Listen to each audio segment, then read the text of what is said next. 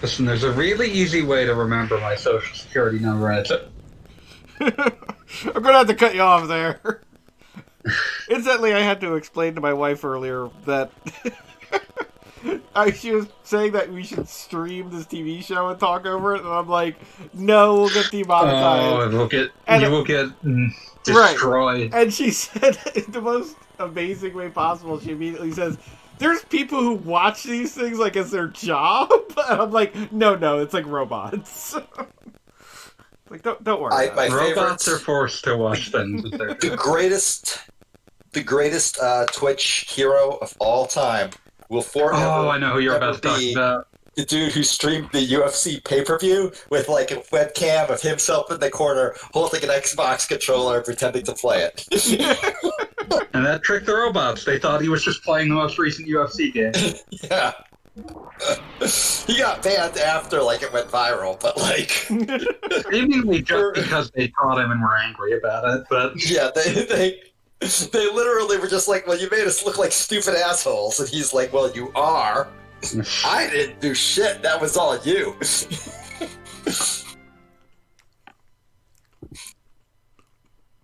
or more exactly, you didn't do shit, and that's the thing you're angry about. Yeah. Welcome to the Goliath Factory. We mostly make action figures of a Disney series from 1992. Why did you have to make the obvious joke that I was going to? Because Goggle Bob, sometimes you need to learn that you aren't allowed to make the joke because we made the joke first. This is the danger you bring in by bringing in two people to watch along with you. Look at these Chips Challenge-esque tiny little motherfuckers. I love that the native platform for Chips Challenge was the Atari Lynx, the place that like maybe 1/1000th of its audience played it. I played it on Windows, but you could buy it because that's where everyone played it. Oh, they had issues getting it so that you could be bought on Steam. I was actually looking this up earlier, and it was like, well, I know it has like weird new graphics. It feels wrong. I just love that like the developer had been wanting to re-release it and release Chips Challenge 2 for like decades at that stage, but like the company that he had worked for, Epix, had been bought by Atari, who apparently sold its assets off to some like Christian company because they were like tangentially related to some sort of Bible software. But they had gotten the Chips Challenge IP in that process and didn't know what it was nor cared, but wanted six figures for him to license it. That's strange. Hellish, yes, but not that hellish price. too. It's like how the Doom guys sold the source code to whoever was Supernova's Arc 3D. They didn't sell it, but they did license it officially. Like it was just that was a typical licensing agreement at the time. The Doom guys. Id Software. I always love if you go and look at the development history of like half of id's games. It's like they wanted to make like some hyper nerd RPG and fell ass backwards into accidentally making like some of the most influential first person shooters ever made. Yeah, that's always the best. It's like we were trying to be enormous losers, but we fucked it up and did something cool. Like Quake was like 5 different RPGs based off of someone's D&D campaign. Like none of them worked, and they just gave up and made Quake. You know, this revolutionary 3D first-person shooter. It's like that guy who got a cat tattooed onto himself, thinking it meant all cats are beautiful. And then he found out the real thing was like, guys, what do I do? I need to get rid of this. And everybody was like, oh no, you accidentally did something awesome. Listen, that's when you just roll with it because you accidentally made the best thing ever. Yeah, you accidentally did something rad.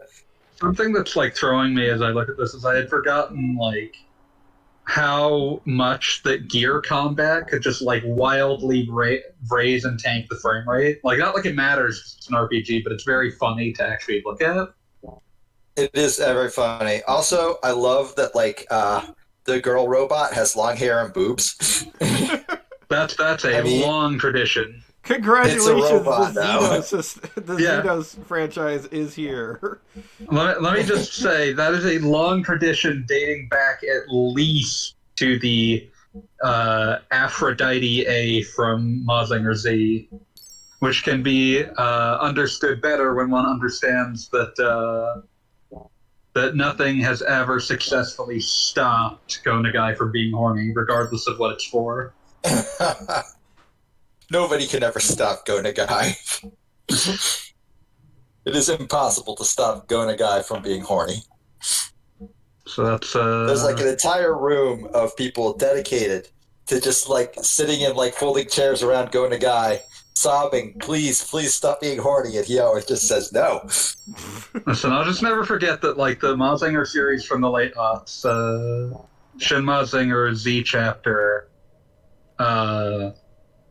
they got him to do a promotional chapter for it, and he called it Shin Mazinger H chapter, and it was Knowing just what H stands for in most Japanese media. it's exactly what you think it is.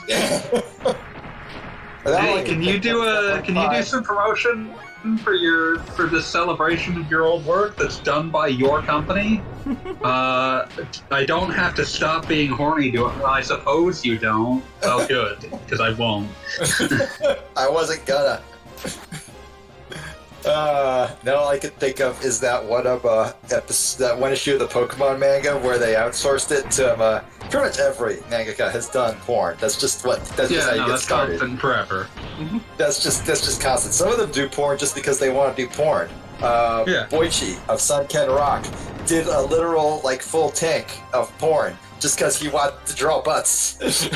Sometimes people want to draw butts, and I'm not here to yell at them for that. It's just like you got to be appropriate about where you're going to draw butts. I remember he got interviewed by Scanlators. This is before he got licensed for the West. So he was like, "Yeah, sure, I'll just do an interview for this fan site. I don't give a fuck."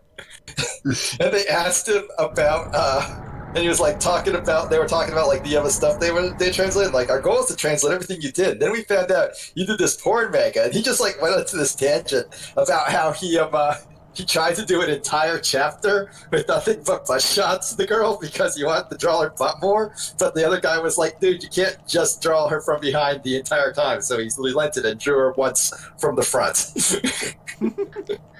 Just the once. Just the once. He still maintained as much purity of purpose as he could manage. Yeah, but like the idea that like back in the I guess this would have been the second half of the Zeros, you could just like email a relatively well-known mangaka, and he'd like actually get as the guy like sort of semi-legally distributing his stuff for Americans. And he would just, like, agree to an interview and then talk about how much he loves asses for, like, 20 minutes. Listen, that's just a good time. That's a good afternoon. Yeah, no, that's awesome. That no just complaints. reminds me of, like, before Nier Automata, like, Yoko Taro was, like, barely known in a manner of speaking. And somebody played Drakengard 3 and just tweeted at him, "This is my favorite game," and he had the time to tweet back, "Oh, I'm so sorry." I do have questions, but yeah. I have questions. And it was brought up recently for the anniversary of Drakengard 3, and he's like, "I miss having enough time to respond to fans." Yeah. He's a much busier man now. I think he considers that a very mixed blessing. Yes. I think it was it some of these guys year? get the impression that they wish they weren't quite as big as they got. Yeah. I mean, the ideal is to just be comfortable and able to do what you want. I always think the example that always springs to my mind is no bullshit, Eminem. Because when he just spiraled out of control and got on drugs, and then when he became less huge, he was able to get his life back in order and, like, sort of become a functional human being again. Marshall Mathers LP2 is baffling. Oh, yeah.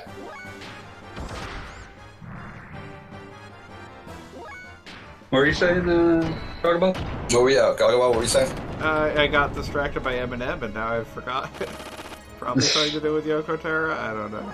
Oh yeah, he commented before, because everything had been going so well, he was expecting 2020 to be like he said this obviously before the year, his big crash and burn year. And I think he just actually, like, cursed the entire... Like, everyone else crashed and burned. Yeah. Turns out the entire planet crashed and burned. I will say, however, and I maintain this for the rest of my life, that with the release of the Nier Replicant remake, that Nier fans are officially no longer allowed to dog on Kingdom Hearts titles. Because Nier Replicant and then a long string of numbers that equates out to the square root of 1.5 is exactly as bad as any given Kingdom Hearts title. Well, I mean, there's definitely that, but I mean, I feel like... As somebody who's not a fan of Nier, I feel vindicated in dogging on both now. Well, I mean, I always felt that, like, if you actually... So far, we've had 3 different Nier games, or not 3 different Nier games, 3 different Yoko Taro games that are all based on the concept of basically trolling the audience to begin with. Because, I mean, that's almost every Taro game ever. But, like, literally from the start. That too. Because Drakengard ended with the finale that everyone was like, this is insane. And then he built an entire, like, alternate timeline entirely on the finale that was built to be insane. And like, then... I mean, Drakengard 1 is even mechanically a troll. Oh, yeah, absolutely. But then Nier Automata, like, the... Okay, I'm going to talk about the actual video game being played for a moment here, because I hate myself. But why? Why are you stepping on the mechanics? Because they're there. They're literally healing you. Just walk away! Because they're throwing things at your head. They're occasionally healing you and occasionally not. Oh, they're no. They're definitely doing more healing than they're hurting, but... Stop on that one. This is cruel.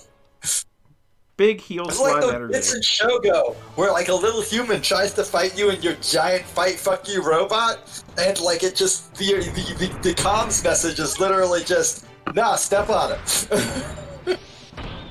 You can really tell what game speed has been forced to watch by virtue of the fact that you just brought up Shogo as a frame of reference. But, No, I played Shogo. Shogo's fun as hell. No complaints. But you were saying about Yoko Taro? Oh, just regarding the sequel to Nier, my understanding is that it all spiraled out of people continually asking him what happens after Nier 1. And Nier 1 is a story that ends with the end of humanity, spoilers. And his answer was continually aliens invade, and then he actually decided to build off of that. Yeah, I mean, trolling is kind of his thing. But it almost seems like he comes up with, like, the worst answer and then actually follows through on it, so to speak. Kinda. Like, That's a beautiful sort of drive. Yes, exactly. Like, it's almost like he challenges himself to come up with something more ridiculous, and I'm sure that's a situation wherein he now hates actually being popular, or not necessarily hates it. I'm sure he likes being able to, like, buy things. He would prefer not to have the weight of human expectation. Yeah, well, I'm sure at this point now Square Enix is like, so what's the next big hit you're gonna do? And he's, like, thinking to himself, oh man, I was just gonna make my next game about this noodle shop I go to, or something. I just, like, you know, I understand the love that his work gets. It doesn't really connect with me, but I'm sure I'll give Automata another try eventually. I'm sure I'll give Original Nier another try eventually. That'll be like try number 4, and I've hated every other previous step, but someday I'll try to get it. Yeah, it's impossible to explain this to someone who hasn't played Nier, but I'm not even certain how I'm going to be able to deal with the fact that the main character had gone from grizzled mad dad to now, like... I don't think that's impossible to explain. Beat is about to say yes. I'm about to say what now? You're about to say yes because, like, he's about to describe how originally we got the version of Nier where you're playing as, like, a grizzled dad man, but now they're bringing over the one where you're playing as, like, Freddy Oni-chan. No. See? I thought he was going to say yes. That's not yes. That's the opposite of yes. No, I'm saying that Gogglebob was saying that it was impossible to explain why that was going to feel off-putting. It's completely possible. Well, you had a good character, and then they threw that in the garbage and put it in a fucking Oreo. Well, it's just interesting because, like, again, this is hard to explain if you haven't played the game. Apparently, the Grizzled Dad, I read this, was the way he originally envisioned it, and like somebody at Sony or some shit was like, yeah, no, put in a pretty boy. And that's the thing, is that it's very much scripted that Daddy Nier, the character, is definitely like the adult of the group, and like he's kind of putting up with all these crazy people that he's dealing with on a routine basis, but he has kind of a feeling of, like, I've been down this road, I've seen this shit, okay, I could use a break right now type of thing. Yeah. And with it being like the kid now, it's going to be like the same script as I understand it, but with a guy who, is like... Looks like a 17-year-old. Exactly. With a guy who's like 17. What I was gonna say was, like, the other thing is that, like, in Japan, this is a much less weird choice to make, because the amount of Japanese people who played Nier Gestalt must be absolutely tiny, because I don't think that even came out on PS3 in Japan. This is true. But yeah, Just why would they bring not Dad Nier to the West? Because they didn't make a remake of Nier Gestalt, they made a remake of Nier Replicant. I don't know. I have zero knowledge of the Nier series. Gestalt is the one with Dad Nier. Replicant is the one with Brother Nier. They're the exact same game, other than the protagonist. So then, just like loads of games let you play as guy. They don't want to pay a second. They don't want to pay for a second dub. Like a second Nier voice actor, they're not willing to pay for it. Who knows? There's probably additional content that would have to be rewritten or some shit. Okay, well that's fucking stupid. But I'm just saying, just like put knobs to swap the character model and give Nolan North $40 to bust. It wasn't Nolan North. Who was it? It was like, it's one of those things where people are upset that they're redubbing it because they like the old dub. But it was that dude. The one who plays like sort of the grizzled old man and everything. That's like 13 people. Apparently it was Jameson Price. Bruce Campbell. No. Bruce Campbell as Nier would work so incredibly well. No, Bruce Campbell would bring perhaps a bit too much intentional humor to him. Yeah, no, definitely. Nier's big thing, and like I said, this ties into this whole dad thing, and I basically did an entire post about this already. But he is an incredibly empathetic character. Like, he's been through a lot, and sort of the climax of everything is that he winds up in a situation where he is absolutely not going to show mercy, when he's somebody who has shown mercy to a lot of people along the way. Just basically, he's got, in a manner of speaking, like a racist blind spot for, shadow people that are kind of destroying his life. But, like, that's kind of the thing, is that he very much cares about the people around him, and very much does not care about the people that are not people. It's okay, it's hard to explain. But point something about how the souls left their bodies, and then the bodies just sort of kept going, and then the souls were like, hey, fuck you, bodies, and the bodies were like, man, fuck you, souls. Yeah, I mean, or some shit. I mean, it basically comes down to the fact that, like, everybody is a human, but some of the humans are coming off as weird shadow monsters. And it's one of those matter of perspective things. But he really hates the shadow monsters. I mean, did the shadow monsters like kill his wife or something? Probably. It's a video game. I think his wife got sick and died, but the game is going to get a remake soon, so let's maybe not discuss it too much, since there are people who likely didn't get to play it the first time that are excited about it. So. Oh yes, good point. I apologize for spoiling Nier. It was Earthall. Yeah. I'm gonna spoil Nier right now. Stop. Please check out my YouTube channel for more information. But yeah, I don't know. Like I said, like none of the like my perspective for you. Fanboy, I gotta say something for a few viewers.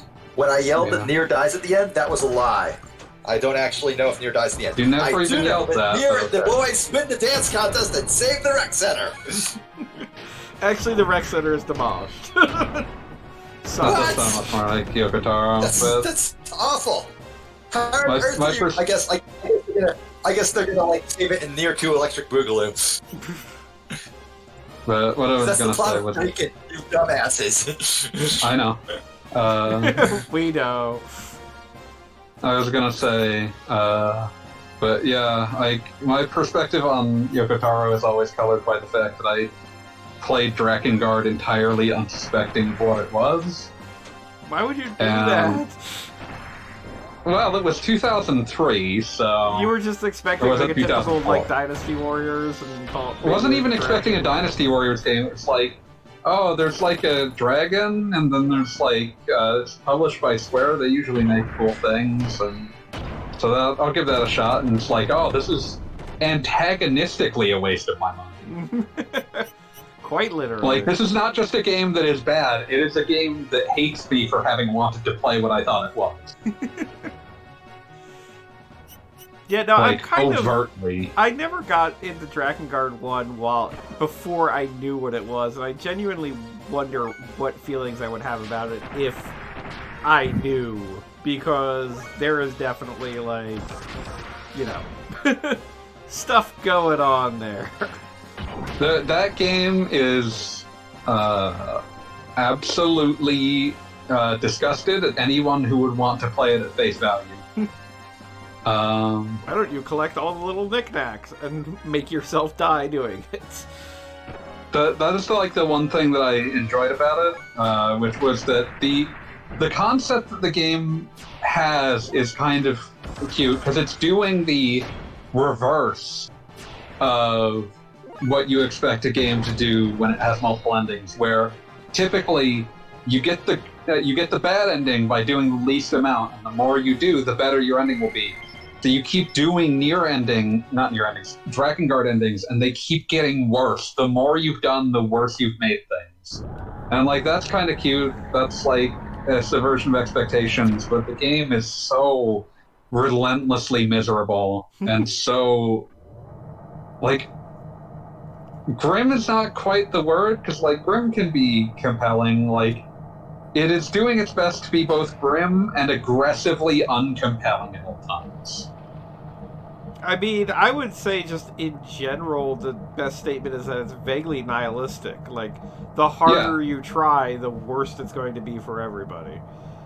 Yeah, I had the opposite of fun with that, and it colors every time I try playing another one. It's just like, man, fuck that.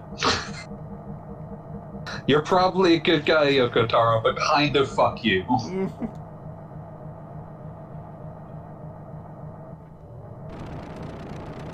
I appreciate games that hate me. Well, could I interest you in Drakengard? No. You get The your wrong party kind of hate. of... You get your party of this dude who can't talk because he sacrificed his ability to talk because of dragons. You get the child eater / possibly molester. I don't think the molester thing is, like, really a question. They tried to gum it up in the translation to make it mildly more ambiguous. But yeah. I just forgot if the child eater and the child molester were different. There's, like, everyone in your group is reprehensible on every level.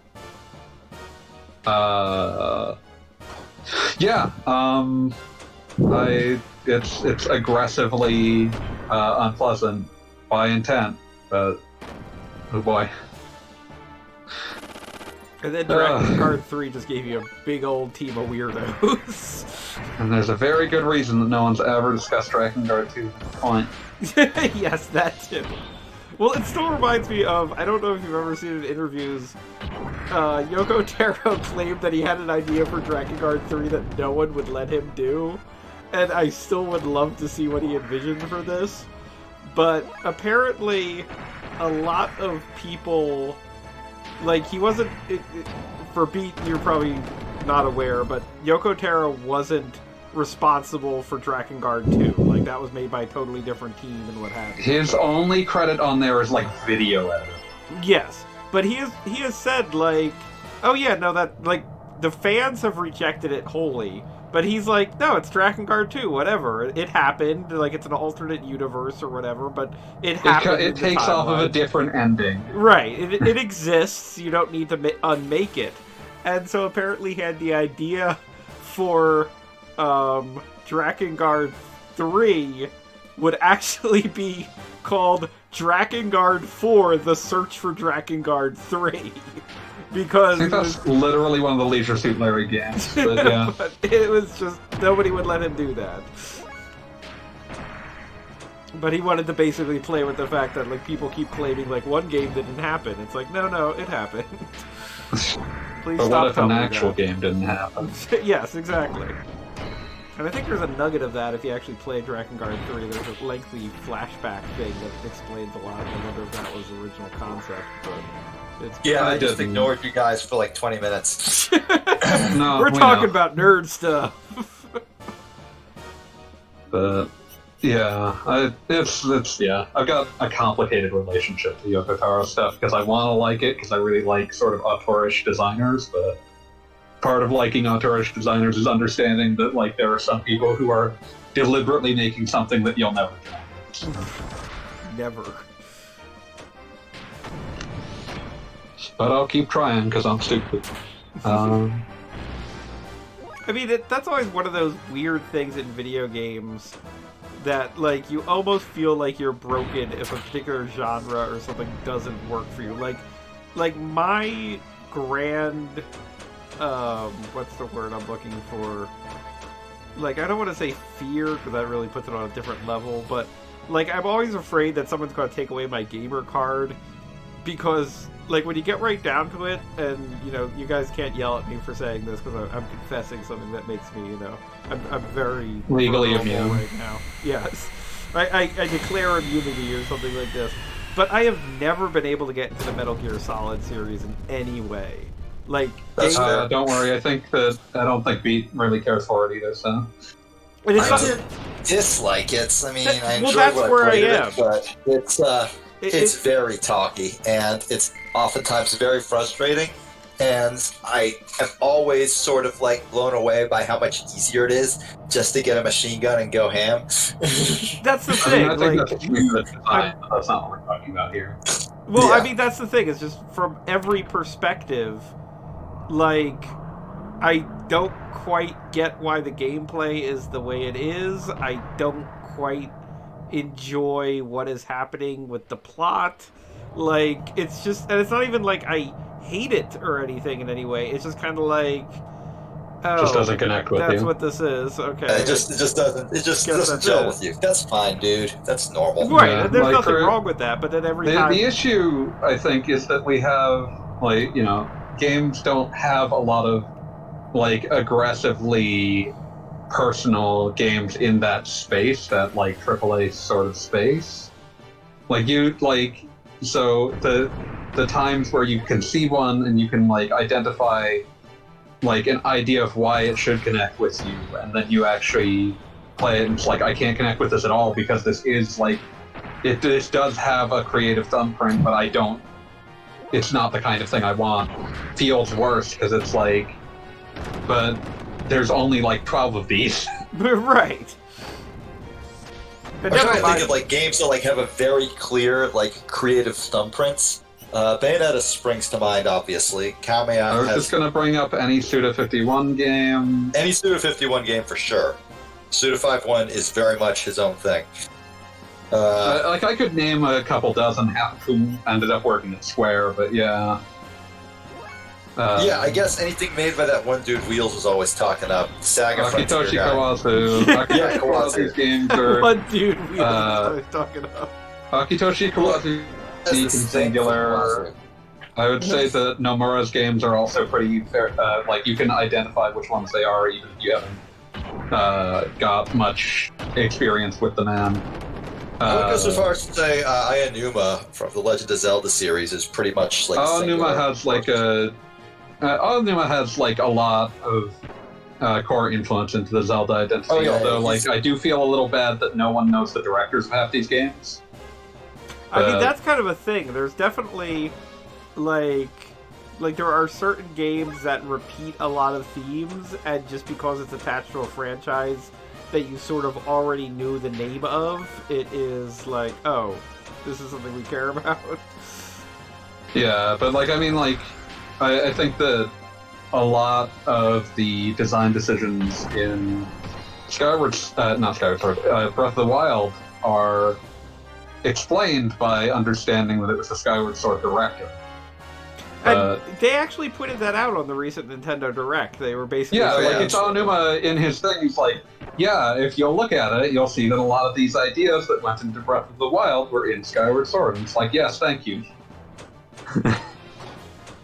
But yeah, it's just one of those things. Like,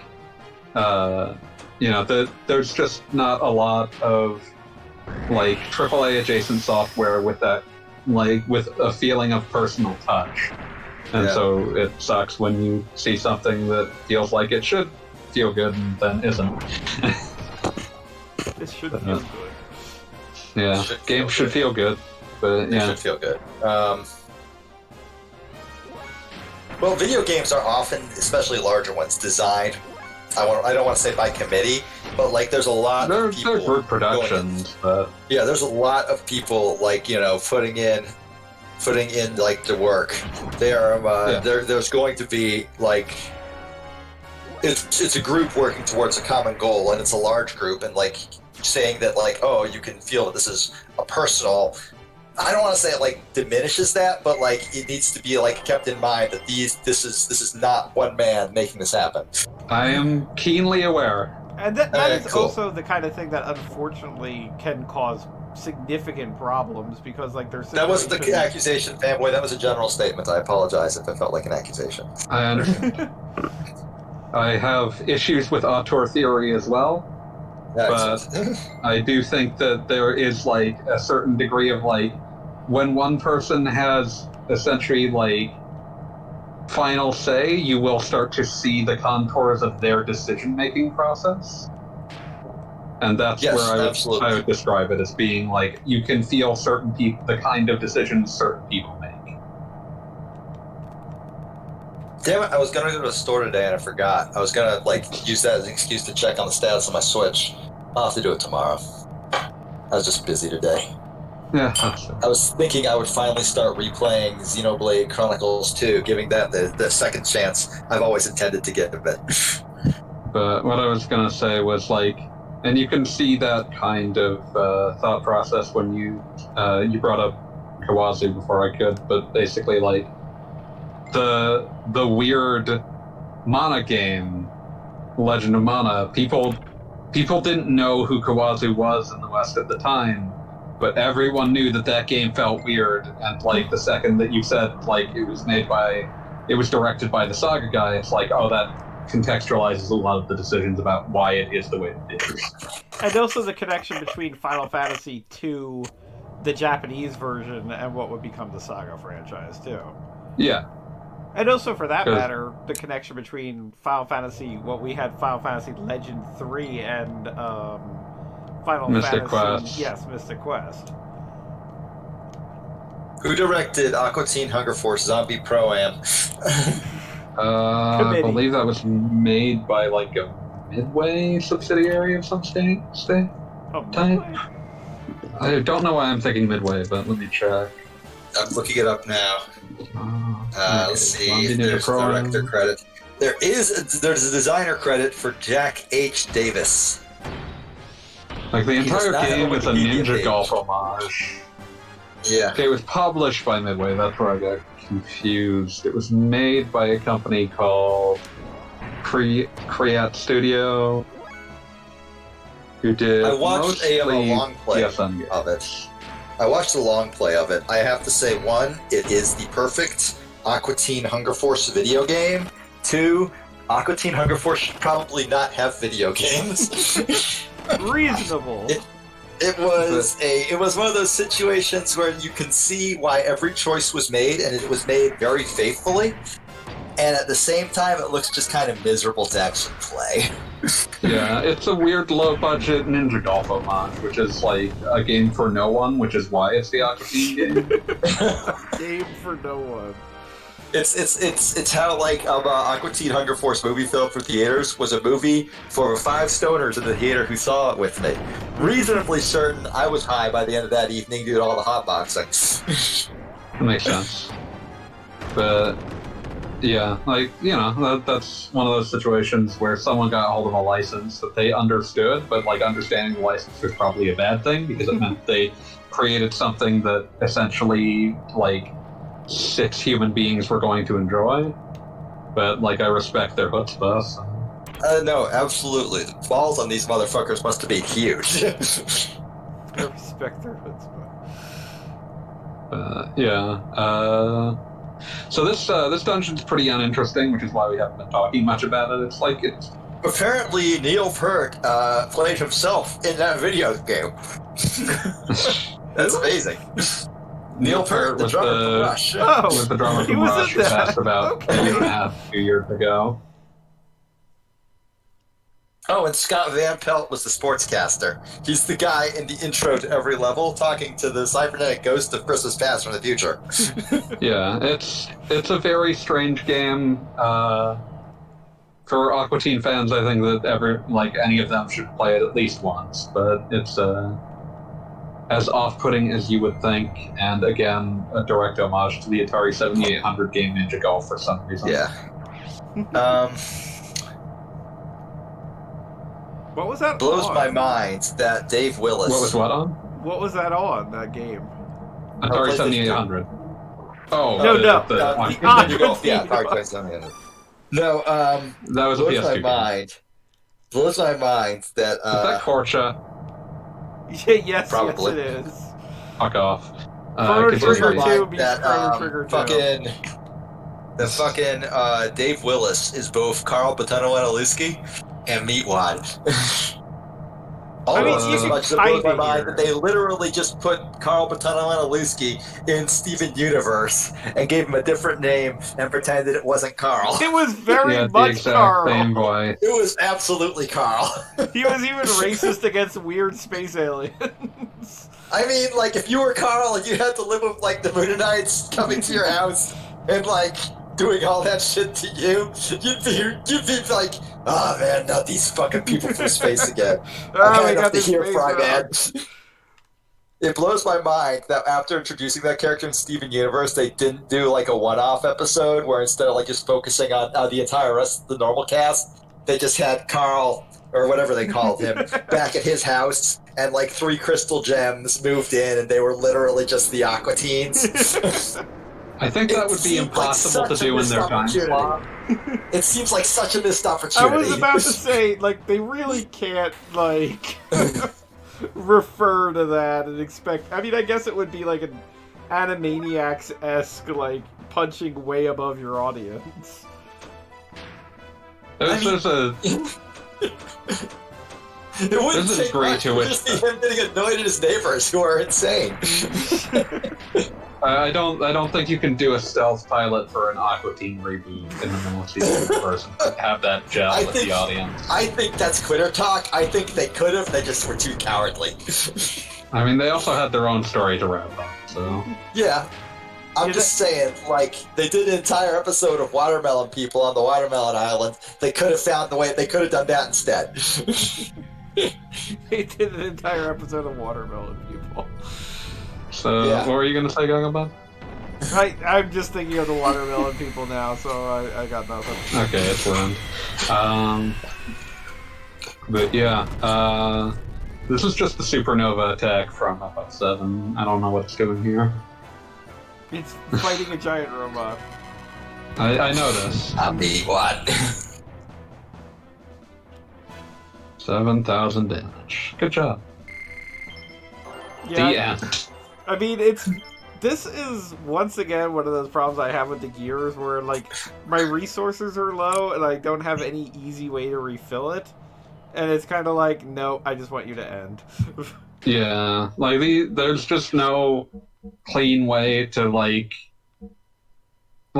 gear resources are when the game deigns to give them to you. You don't really get a lot of say in the matter. Yeah, no, this entire dungeon, I think, is the first real Xenogears slog dungeon. Yeah, And the fact that you're piloting the gears has something to do with that. Yeah. yeah. There's like the gears are in this weird place where they're so iconic and like their designs are cool, but like the actual experience of using them is often the worst part of the game. Could somebody find Cali Scrub? Because we are definitely getting close to where our Oh favorite yeah, I'll resources go. are. I'll add him and see what. I Yeah, can go yell at him. Oh, hey, we're out of the dungeon. We all decided to Rico, like get a load of this. stand around. Every time somebody I says, guess we're done here. my brain plays it in the Sonic Adventure 2 Dr. Robotnik voice clip. Sonic Adventure, just Sonic Adventure, the first one, not Sonic Adventure 2. He says it like 8 times in his bite. R.I.P. Dean Bristow. So if anybody remembers from the last stream, we're still technically like we can leave the prison area, but we're still kind of stuck where we are. So we're trying to. You don't have a way to escape Prison Island. Yes, we can walk away from the prison, but we can't leave Prison Island. You can check out anytime, but you can never leave. That's an instant. Man, I think you have to be like 6 or 7 like saves deep to reach Torcha. I don't know why you have that. Just that. I think it's 6, and yes, I think I deliberately went through Chrono Cross with an eye on having a saved version of every ending. Because of course. Naturally.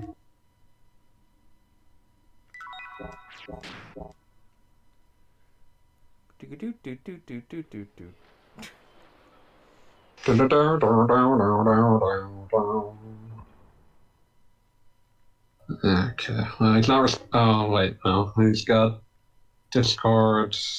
Says that he's on his phone. Quick, Worst comes to worst, I'm going to start texting him, and then he really won't be able to escape. Yeah, no, he can't ignore us forever.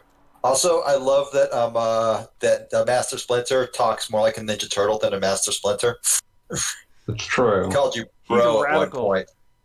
Bro almost. He always calls me bro. He like I maintain that he doesn't actually know anybody's name. He's just faking it. Can I jump on Rico? Good. Just contact. Jump on people. Can I jump on anything? There we go. Jumping on things. Okay, moving forward. I do love how Xenogears kind of acknowledges that there are things that happen that, like, maybe you need a break, but they give you literally nothing to do during that break. Like, there's a save point, and you can talk to 4 people. I forgot that Callie was in my phone under his real name, so I'll go. So that's why it took me a while to find him. I was looking for Callie Scrub.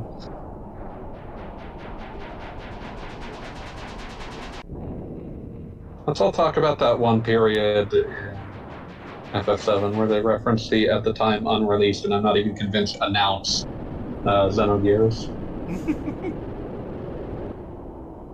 Yeah, probably wasn't it? Well, because it was in like January '97. Yeah. I mean, obviously, since Xenogears almost was a Final Fantasy game, like, there'd be overlap. Yeah, it's weird twisted development of proposal for FF7 rejected, fucking Chrono Trigger 2 for a bit, then turned into Xenogears.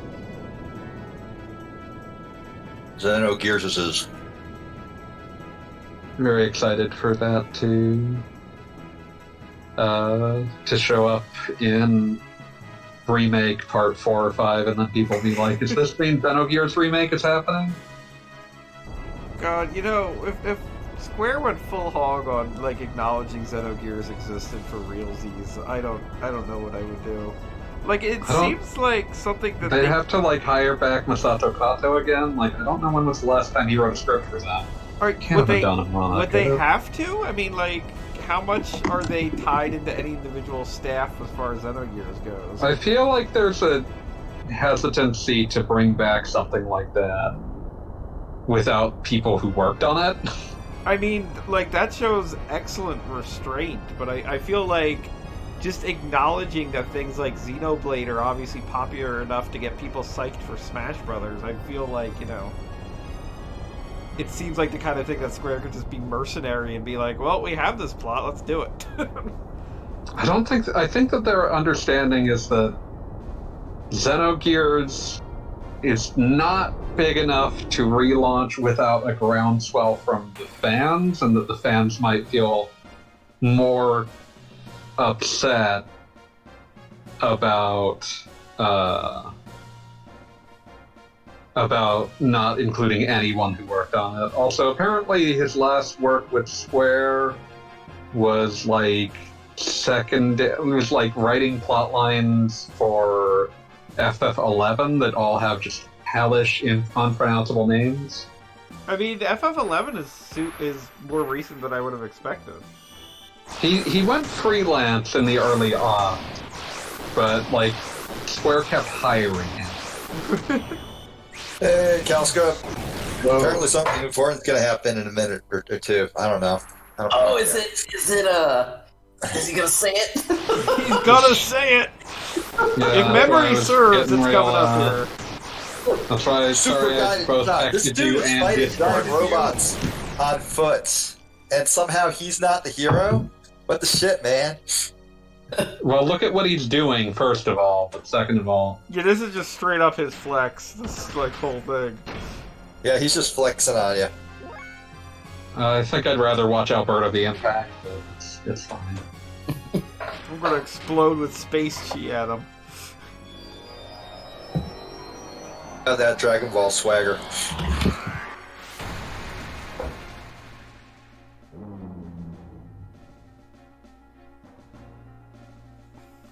Super Saiyan swagger.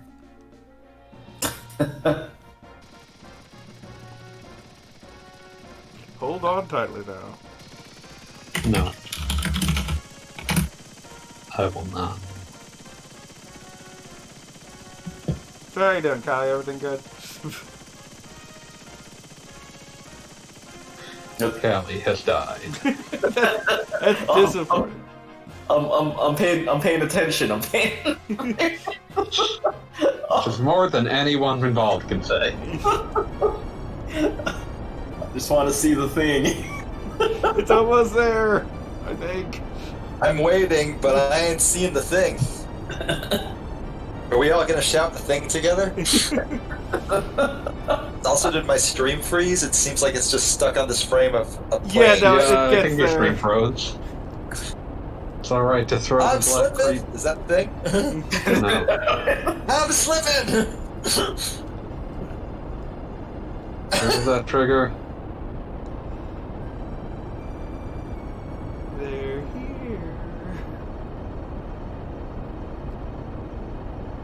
Hammer was actually revisited for Xenosaga, but not as a human rat, so nobody noticed.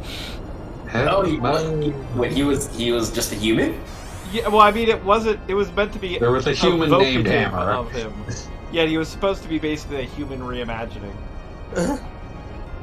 I can't believe that this hammer is just that guy's persona. Yeah, exactly. It's canon. Look, I'm just saying, like, if you could have a human rat and you chose not to, you fucked up. You fucked up bad. I don't feel like that's true. Okay. I think it's very true.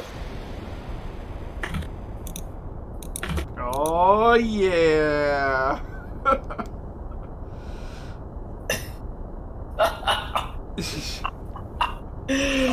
Alright, everybody take your screenshots now. Everything's good. Can you just see my mad He skills? said the thing. Oh, Yeah! Oh, yeah, this It was 1998. the game. I just might be a genius. What? Where the fuck is my print screen? There we go. Got it. Nailed it. Also, I like that this game, like, if this were, like, even Persona 5 does this a couple times, they clearly didn't want to animate Rico punching him, so they cut to black and just say smack or whatever. But this is a game that really lovingly, already has sprites of all the characters fighting, so I'm not certain what the thought was there. Sometimes we do things we don't understand. Beat is always doing that. Oh, every fucking day of my life. Alright, so we did the thing. Kai Scrub, you never need to watch the stream again. Thank you you for should. coming. Yeah, the game's over. You got the You end. should though, Calscrub, because I get lonely. This is the credits. I mean, it's all downhill from here. We're just a long extended epilogue. You know? Yes. This is now Xenogears episode 6. Finally. Episode 5-2. You know, I've seen games that have justified themselves more poorly. I've seen books that have done that too, so...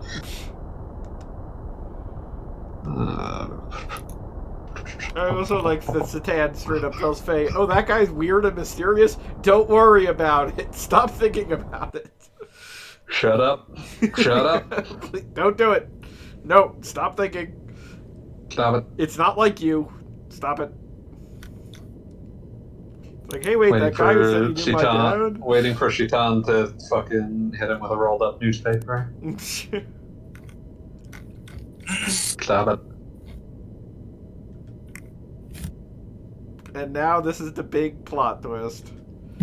Oh, the big Plot twist. We Is the successfully... big twist that your girlfriend is loyalist to the bad guys? Nope. The big twist is that we stole the enemy's spaceship or whatever, and we successfully fended off the enemy so we get to keep it. And now Bart, our good friend, thinks we're the enemy and is going to hit us with a missile. To be fair, normally a reasonable move. Yes. Yeah. But this is also a guy who takes advice from, like, a talking dolphin, so maybe not. I can't believe you're this prejudiced against dolphins. I'm not prejudiced against dolphins. Also, I'm prejudiced like, against why did his talking sprite dolphins. just split in half? What the fuck?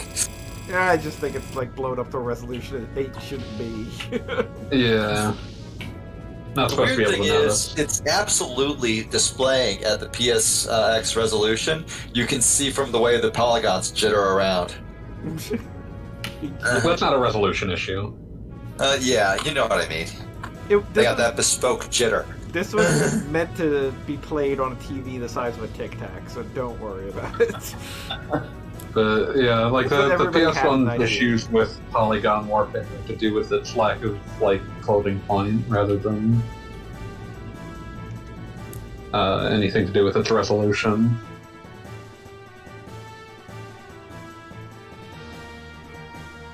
Floating point instructions, they're expensive.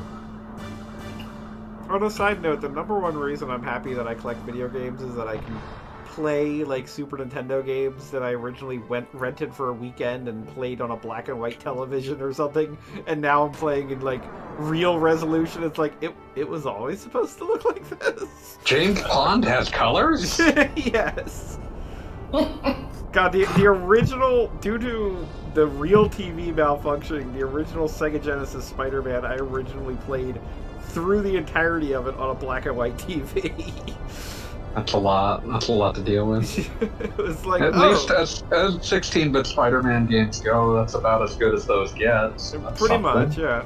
I mean, assuming you're not just interested in playing a beat 'em up. I mean, I love Maximum Carnage, but it's like it's not a great beat 'em either. This is true. Yeah. But it is The certainly fun thing about a Maximum beat 'em up. Carnage is that they sold them in it was supposed to be a limited edition red cartridge, and then they didn't sell enough to ever do another, like the actual normal printing. Limited edition. How limited? All of them.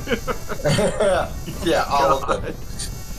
Can you imagine they being the thought- guy They responsible thought they for were that? doing something cool like they did with Ocarina at a time, although this was pre-Ocarina time, but they thought they were doing something cool, and then it turned out that no, they were just doing something. I think Doom Super Nintendo also has a red cartridge.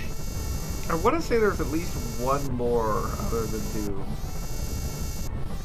But, I mean, Killer Instinct had the black cartridge. But I want to say there's another red one. And it's something weird, like it isn't rock and roll racing, but it's something along those lines. Let me check. Yeah, Rock and Roll Racing is getting re-released or something? It already got re-released. I can literally play it on my Switch right now. And it's like, it's actually quite good. Heads up, it'll be on the FGC. It's like a Supreme version. Yeah, like they actually made it widescreen, and They made it widescreen, they incorporated like elements from the best elements from both the Super Nintendo and Genesis version, apparently. and there is a 4-player online mode, so you can just go hog wild fighting other ones online. And you can play Lost Vikings after that, I guess. And for some reason, Lost Vikings 2 is not included, but whatever. You can't play North by Northwest? Yes, that too. Was that the tagline? That's the subtitle in most regions, I want to say. Oh, but yeah, and, no Lost Vikings 2. Also Blackthorn, Yes.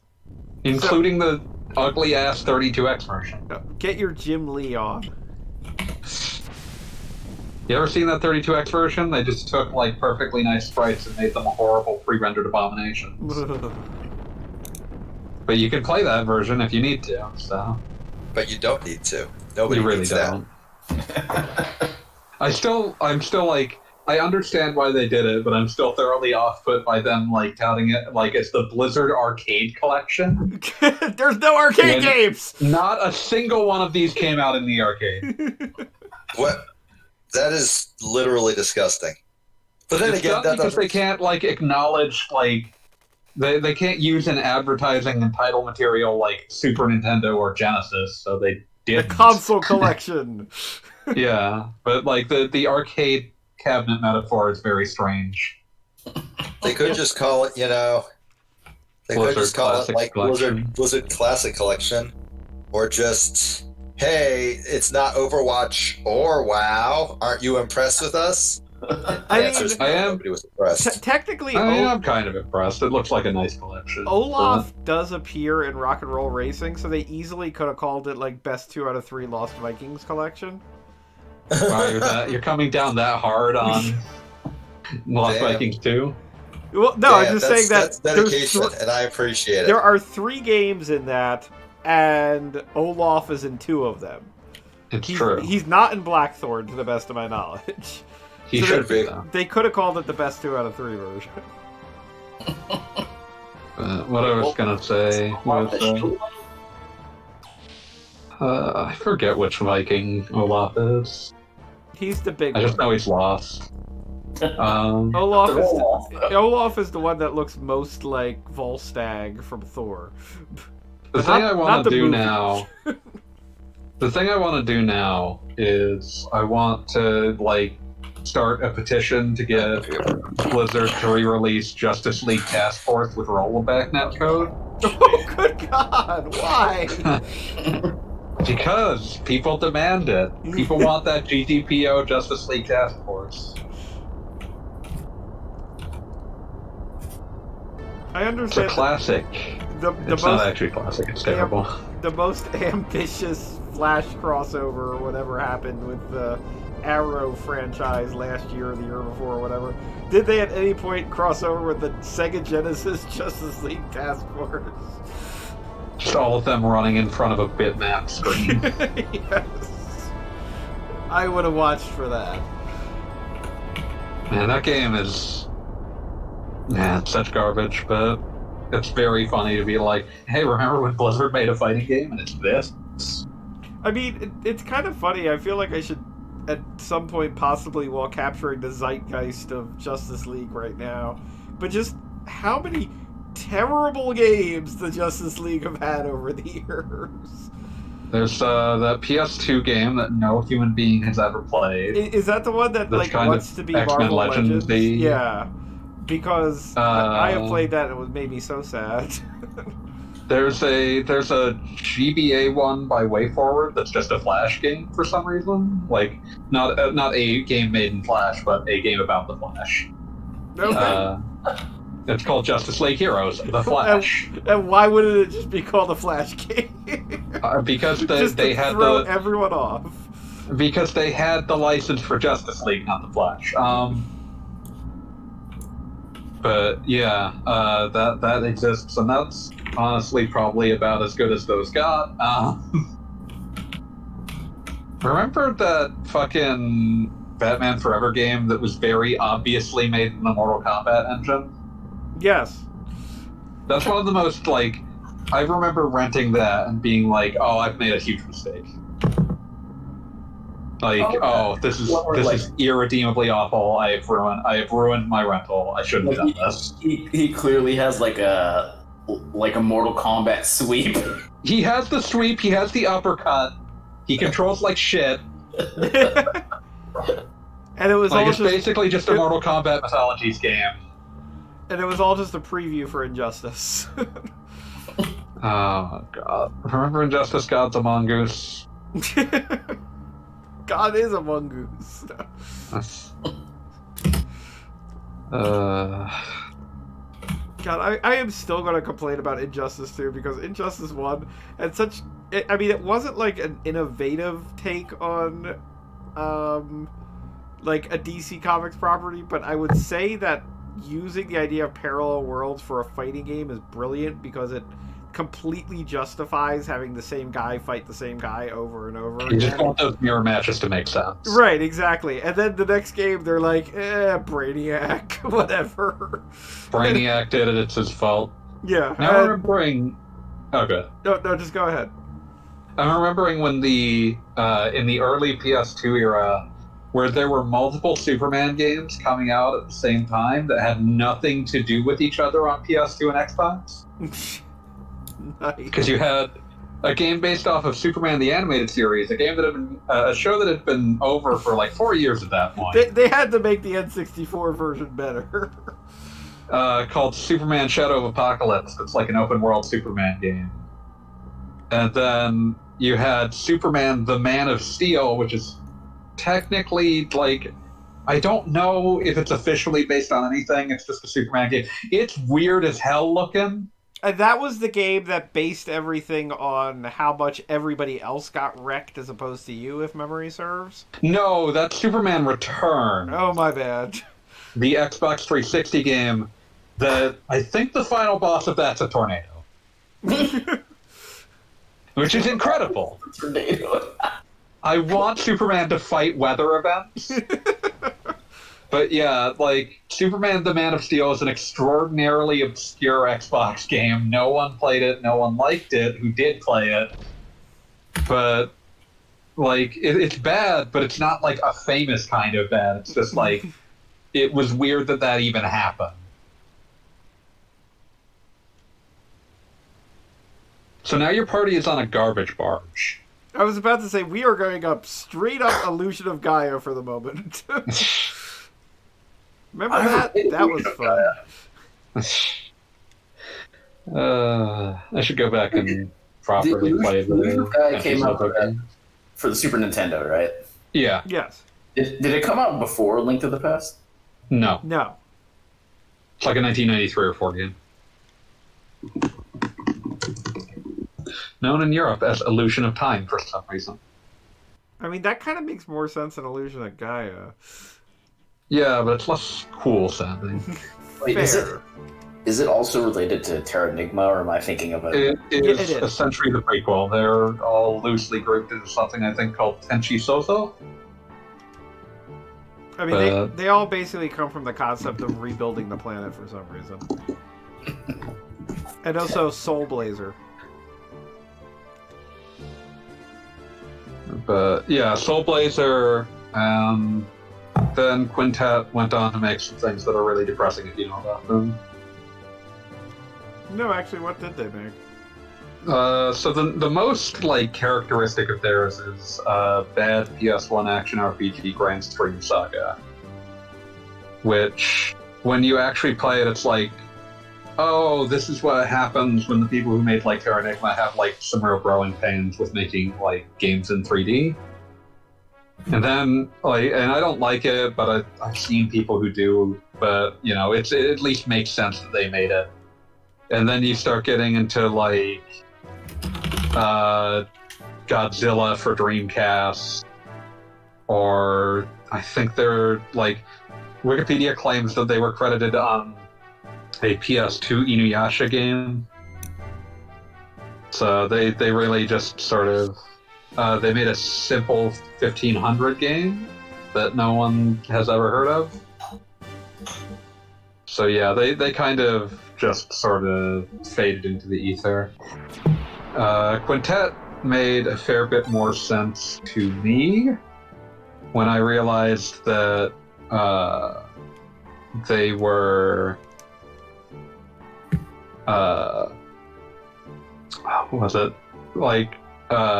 Quintet was apparently originally a bunch of people who split off from Falcom, which explains some things about the kinds of games that they chose to make, and their just sort of weird idiosyncrasy, as well as their Yuzo Koshiro connection. I'm not sure how much you're an Ys fan. Probably not much.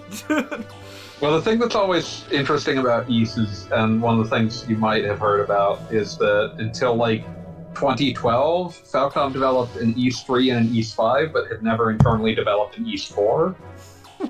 Of course. And the reasoning behind that is that after Ys 3, good 50 to 70% of Falcom's team left, and but companies that had licensed Ys games to make ports of them for consoles in the past wanted a new Ys game to make, and so Falcom drafted up a story and said, "Go ahead, this is the next make this. This is Ys 4." And so you have two different companies who made two entirely different kinds of Ys 4, and the reason that had to happen is that a bunch of them brain drained off and went off to form Quintet. Brain drain.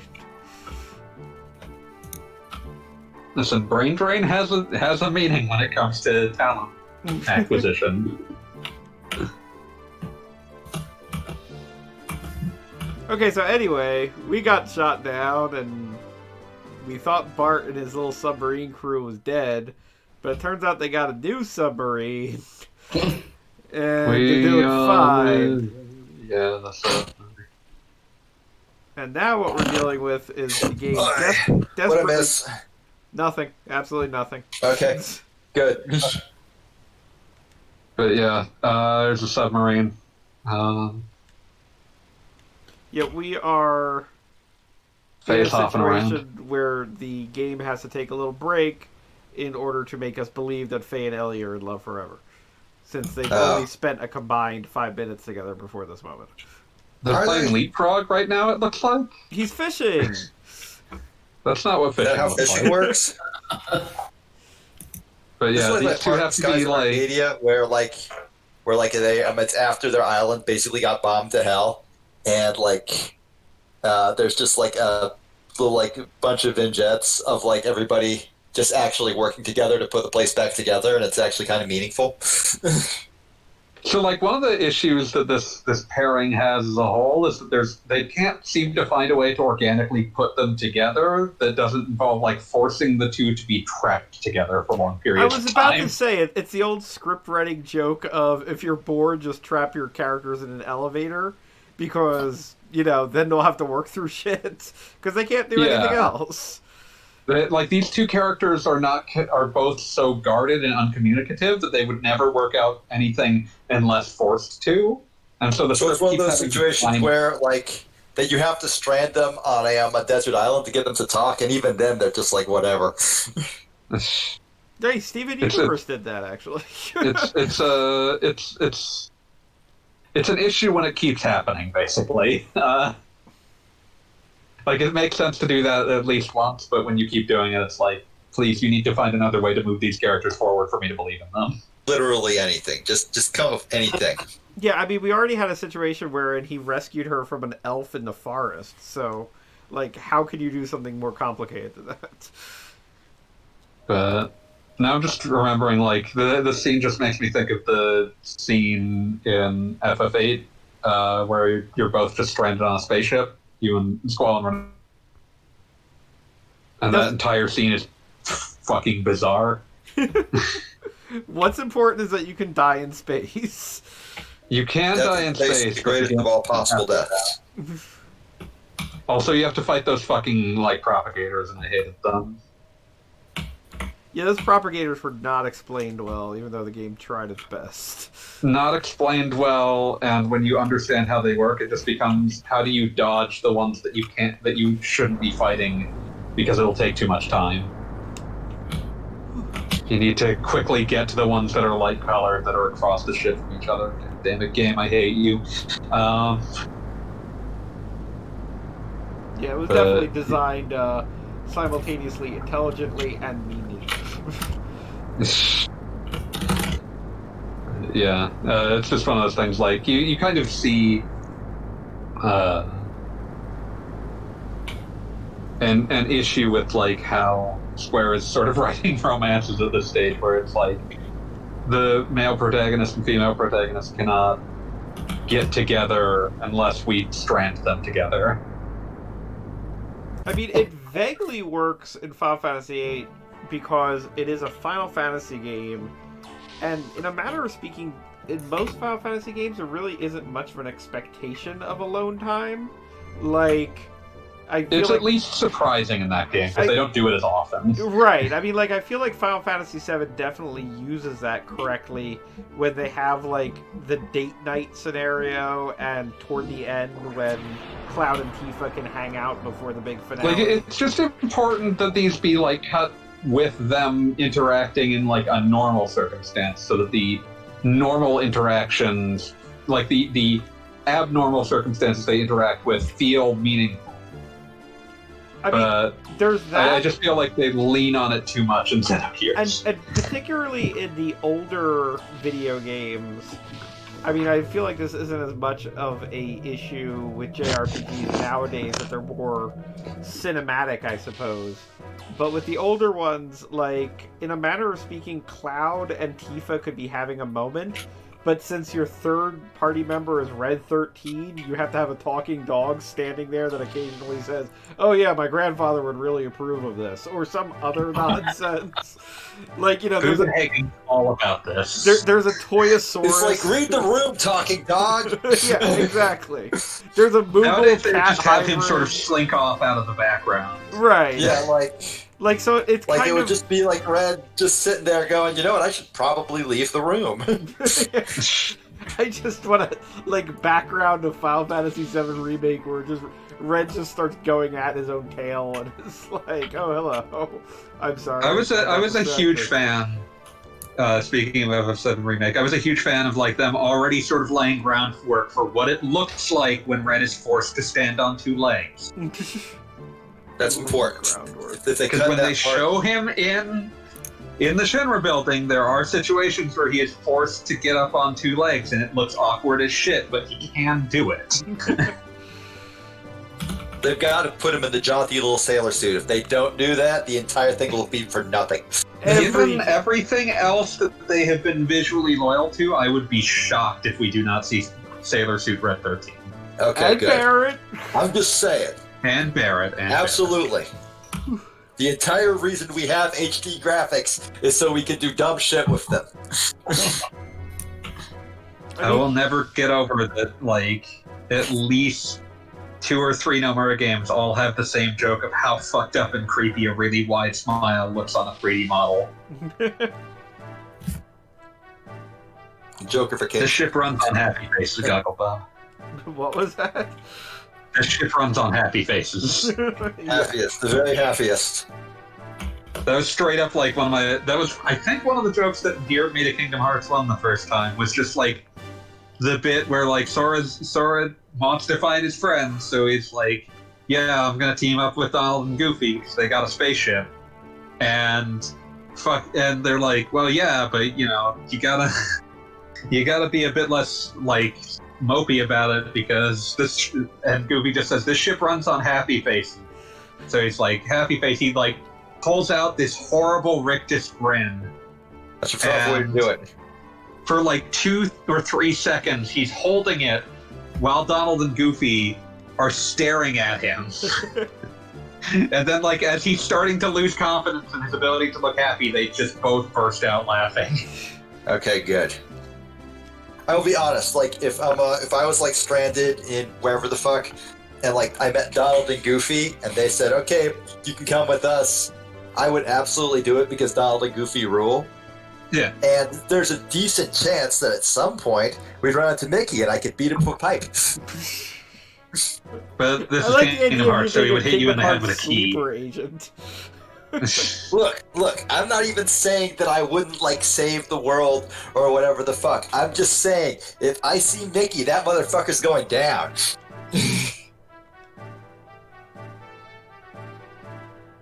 And yes, I know that, like, in Kingdom Hearts, he does backflips, and he's a backflipping ninja motherfucker or whatever.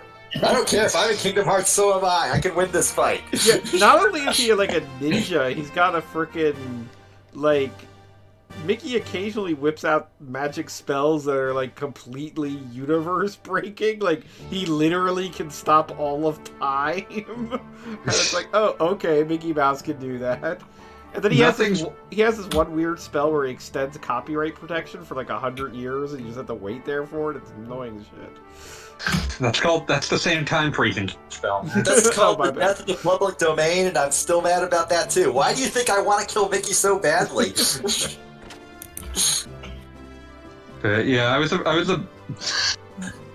a big fan of Kingdom Hearts 3 going like, how can we make... We've given Sora 4th level magic, which is pretty rare even by Final Fantasy standards. How can we make it clear that Donald is still, like, the supreme magician of this group? And they went, like, what if we went to, like, 7th level? And not only is it 7th level, but also they basically compare it, because it's a flare spell, basically Donald Duck is become Bahamut. Yeah. Like, that's the kind of thing that, like, normally only Bahamut can cast. Like, it's entirely possible that the implication is that Donald Duck will eventually become a giant space dragon. You know what? I'd be in for that. I would watch that. I would play that. Sure. I mean, we already made him an octopus. No reason he can't be a giant space dragon, too. Whatever. He's like a half duck, half octopus. It's one of the most upsetting images ever. It's incredible. It's rules. I love it. Like, the I also entire like reason how- we have graphics is so we can do shit like that. I also like People how say there are other Goofy reasons, has I'm been like, 2 no, you're different all kinds of turtles, depending upon what world he's in. Oh, yes, he's being a sea turtle and a tortoise. Yeah, he was a tortoise in the Lion King world in Kingdom Hearts 2. I mean, They could have made him a hyena, but I suppose that would screw up the messaging. Goofy has a spirit animal. Goofy has a very slow and defensive posture. Yes.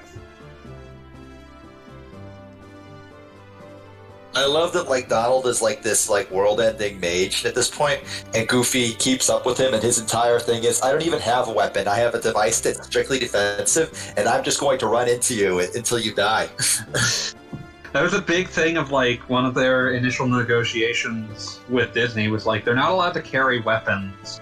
So it's like, well, we can do a mage's isn't a staff. weapon, so that's fine. Goofy, though, he can just battering ram him.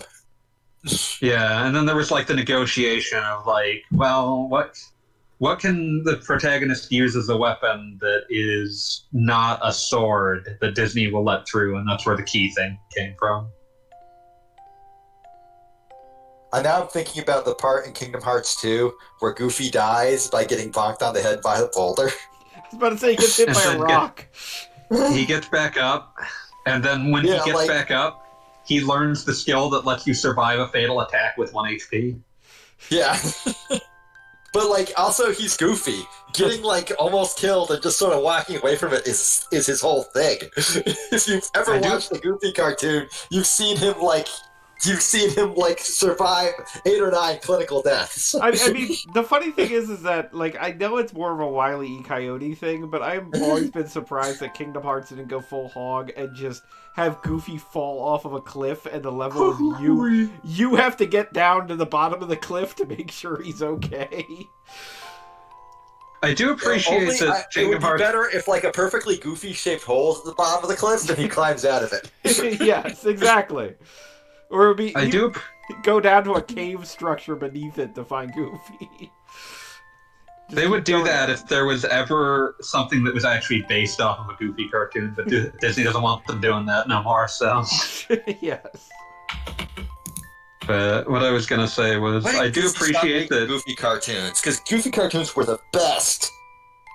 But what I was going to say was, I do appreciate that over the long period of Kingdom Hearts, eventually they just sort of decided, what if Donald and Goofy are basically Sora's dads?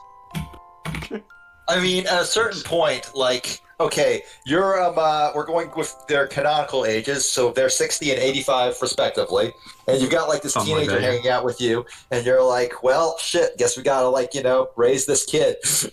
Now, see, I disagree because having played Kingdom Hearts, and particularly Kingdom Hearts 3, I kind of got the impression that they didn't go with him as the dad, them as the dads.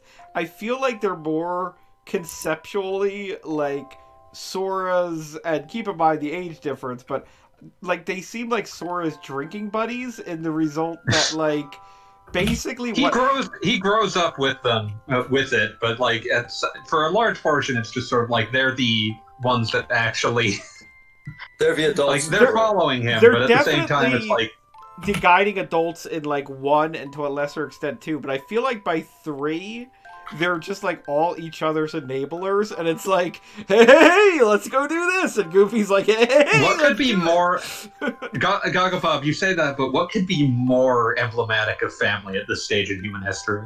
the duck, the dog, and the kid. No, I mean you grew up with them and they were your guides initially, and then eventually you all just started enabling each other at some point. Yeah, no, that sounds about right. A little bit. Because, like, in the beginning, Donald is, like, in Kingdom Hearts 1, Donald's like, now remember, we need to not mess with anything. And by Kingdom Hearts 3, he's just like, fuck it.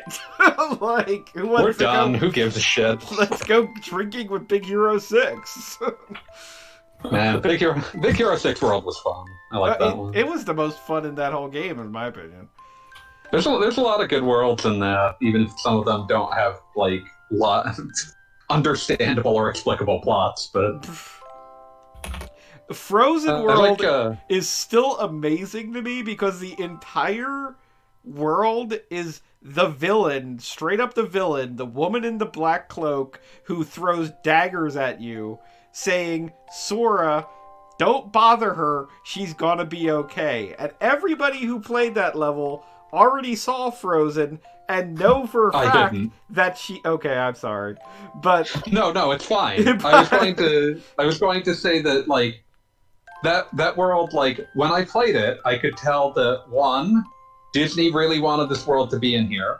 2, they really wanted it to not explain what actually happens in Frozen, so that you couldn't use it as a proxy for skip watching Frozen. Frozen came out like 8 years ago. Everybody has seen Frozen. But they really wanted it as an ad for Frozen. And so what they ended up producing was like this really unhappy like marriage of like, okay, you have to cover everything in Frozen, but you can't actually show any of it happen. This is wholly accurate. And so you get weird way to go about it. Well, of course. And so yeah, it's Disney, but it's just one of the weirdest things I have ever like seen in my life.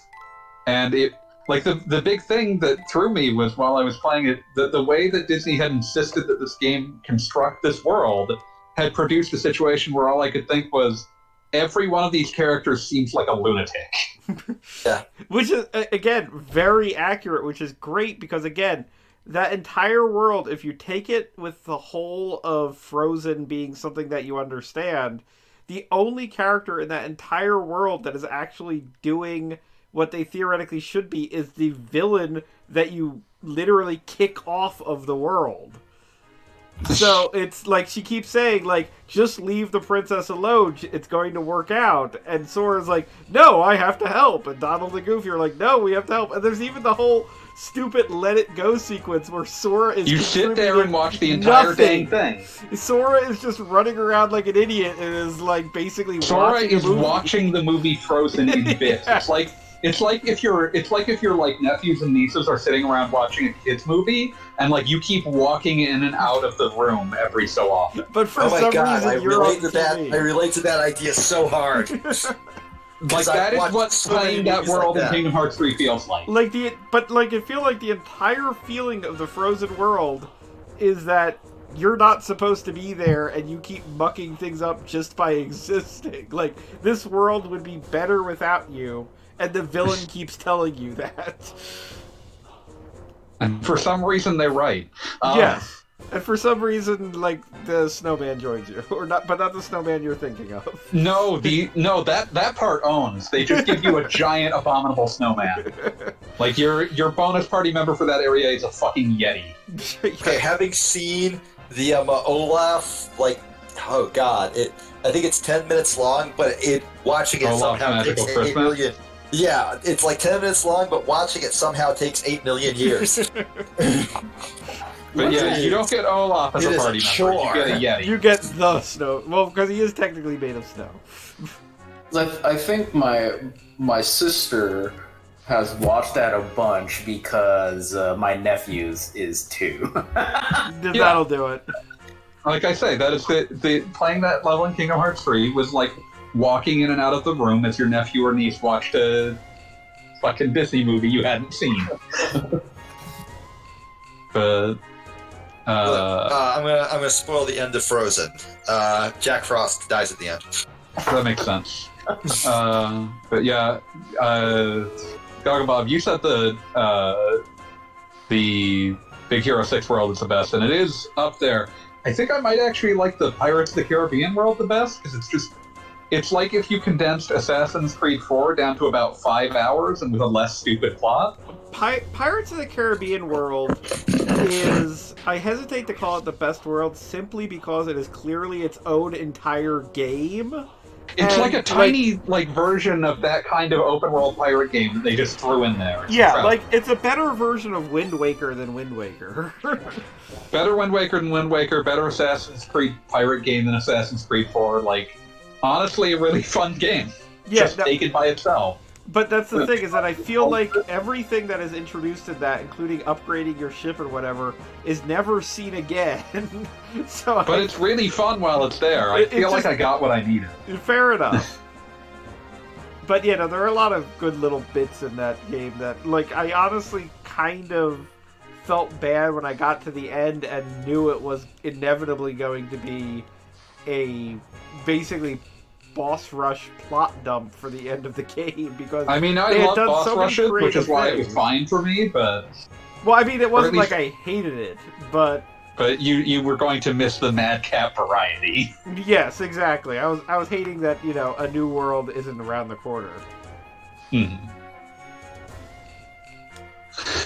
And just the wild madness of being like, yeah, we can do this kind of open world game. In our game, as like a 4-hour segment. You can collect crabs.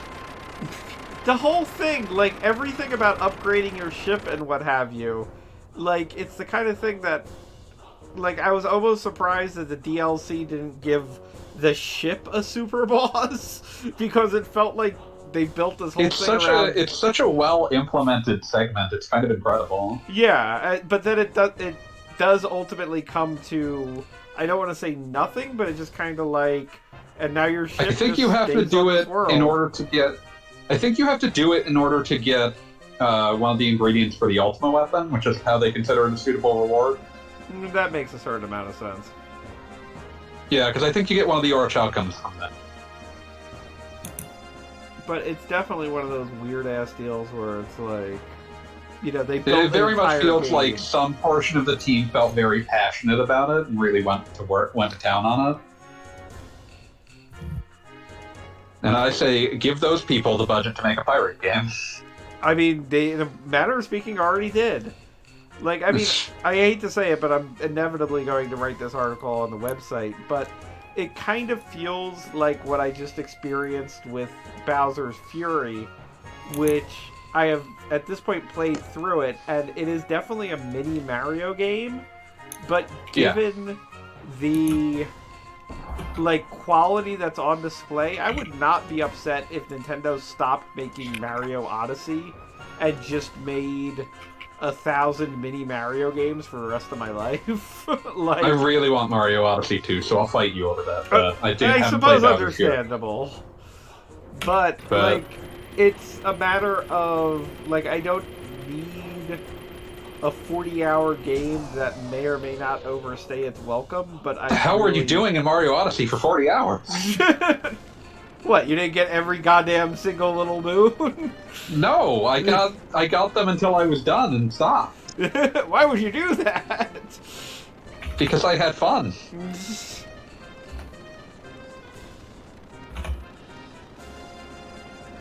I feel is there a clock on Mario Odyssey? I have to check because I think it's in there. I think you have to go to like the like essentially records in the like post game area. Oh, you know Because what? there's like a records place that gives you like everything, including how many times you jumped. Nice. Oh, anyway, so there's a talking walrus. That's the man of the sea.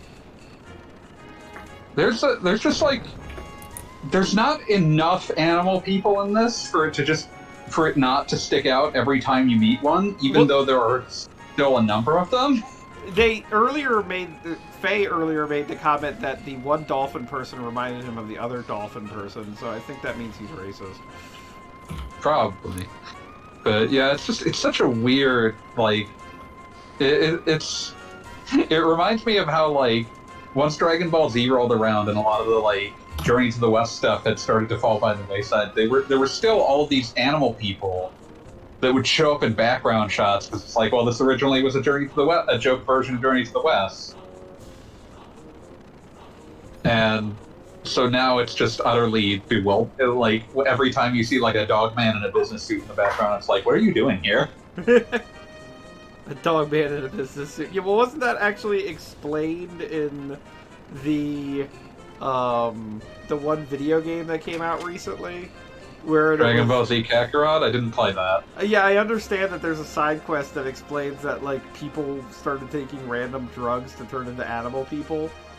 And, like... I don't like that explanation. It's kind of like a scandal because the president is an animal person or something. Yeah, I don't like that explanation, in part because the King of Earth in Dragon Ball is supposed to... Like, they show images of, like, what appear to be his ancestors, and they're all dog people, too.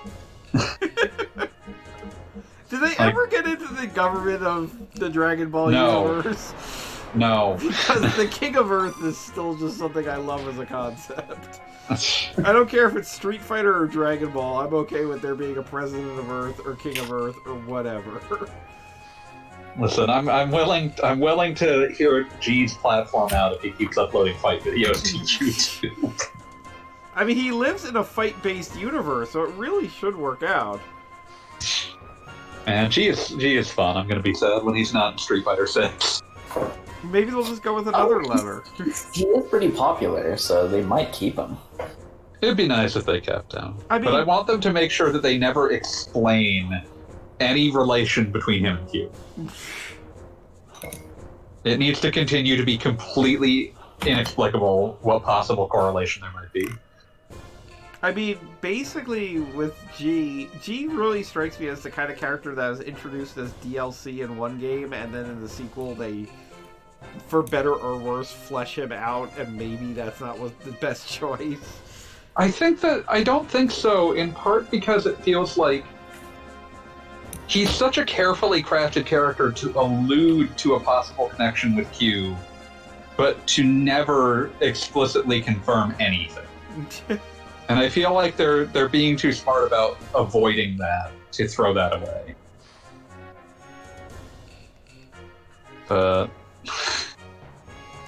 I just love, like, even all of, like, most of his normals are just Qs. If Q wasn't, like, completely uncoordinated and incapable of doing them without falling down. Yeah, also keep in mind, in my head, there's always the problem of if they do draw a connection between G and Q, there could definitely be a story where G is essentially neutered to become Q, and that would make me sad. Yeah, no, I don't want that.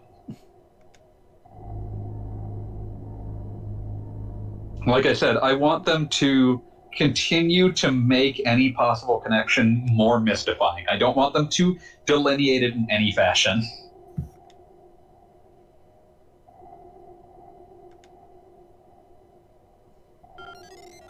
Okay, so I don't know if any of you spent way too long online back in the day, but I distinctly recall some message boards or whatever. We're currently introducing two of the element characters, and one of them is Domina.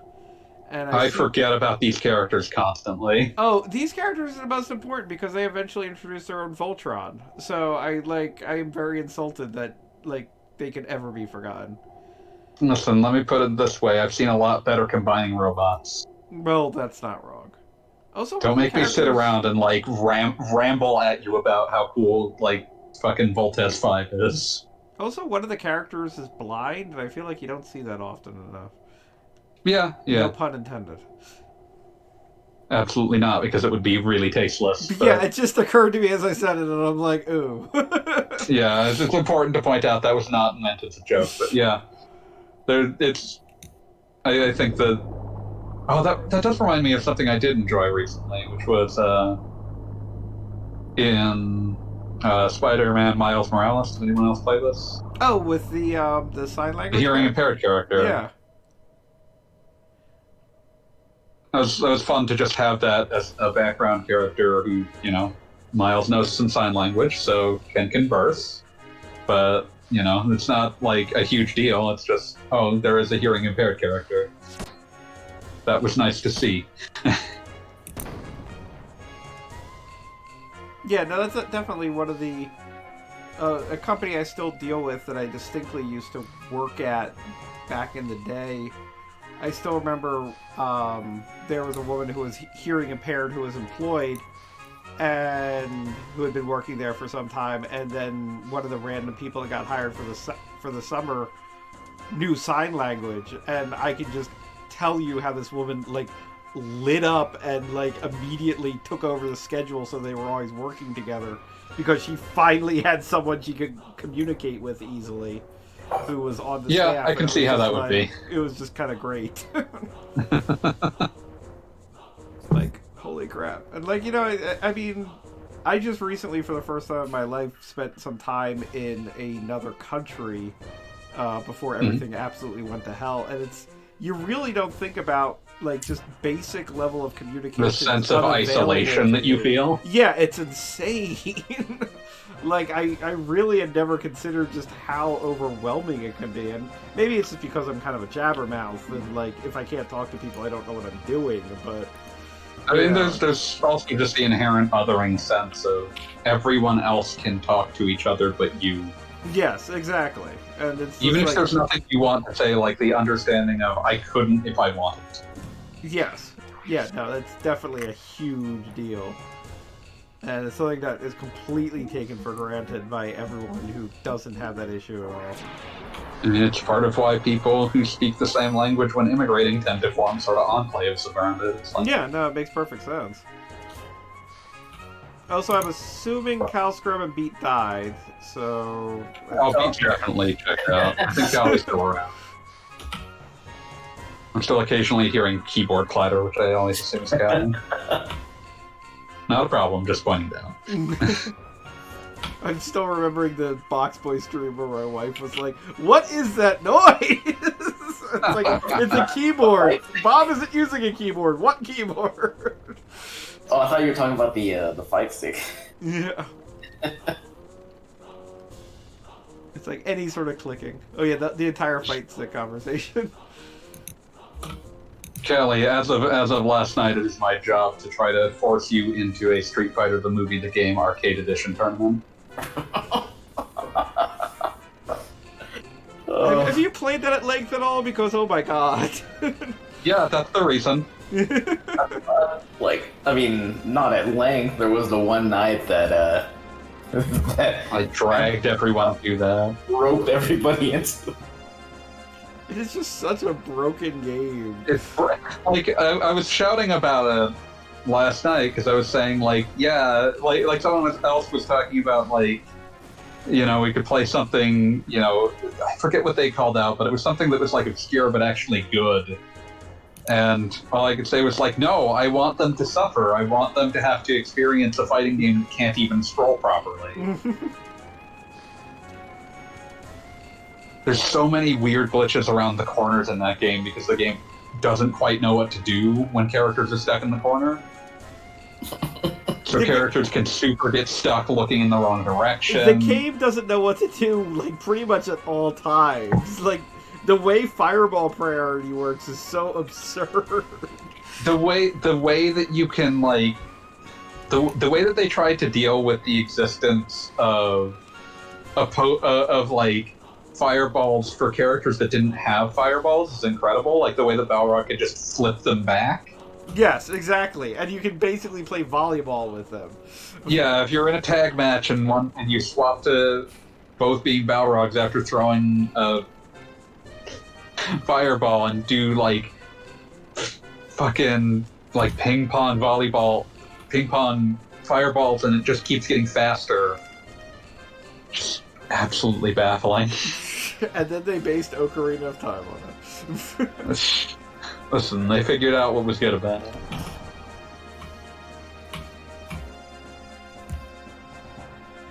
So to sum up what's happening is our buddy's got a new submarine, we've got a submarine, and now we've got to defend at least one of those submarines. If anyone's curious. Yeah, don't worry, you've got a walrus friend now. I don't remember if this walrus stays in the fall. I don't think so. Walrus? He is a man of the sea. That doesn't answer the question. There is nothing that can destroy a man of the sea. That doesn't mean he stays in the plot. He's in the background, always lurking. Kind of is. I mean, there's literally a character that like people forget exists until they realize he's part of an attack in Disc 2. Which guy is that? The one that's like in, I forget which character it is exactly, but he's like in the bullets of Bart's Xenogears attacks or I was something. about to say Bart's dad. Yeah, it's Bart's dad. Or not Bart's dad. What's the priest's name? Billy? Billy. Billy's dad. Yeah, Billy. I can Billy's understand how you dad, can play who's that. probably named Bobby or something. Johnny? Bilby? We'll go with Bilby. Bilbo. In the middle of the earth in the land of Shire. Yes. Jesse. Oh, that sounds about right. What's Billy's last name again? My brain is...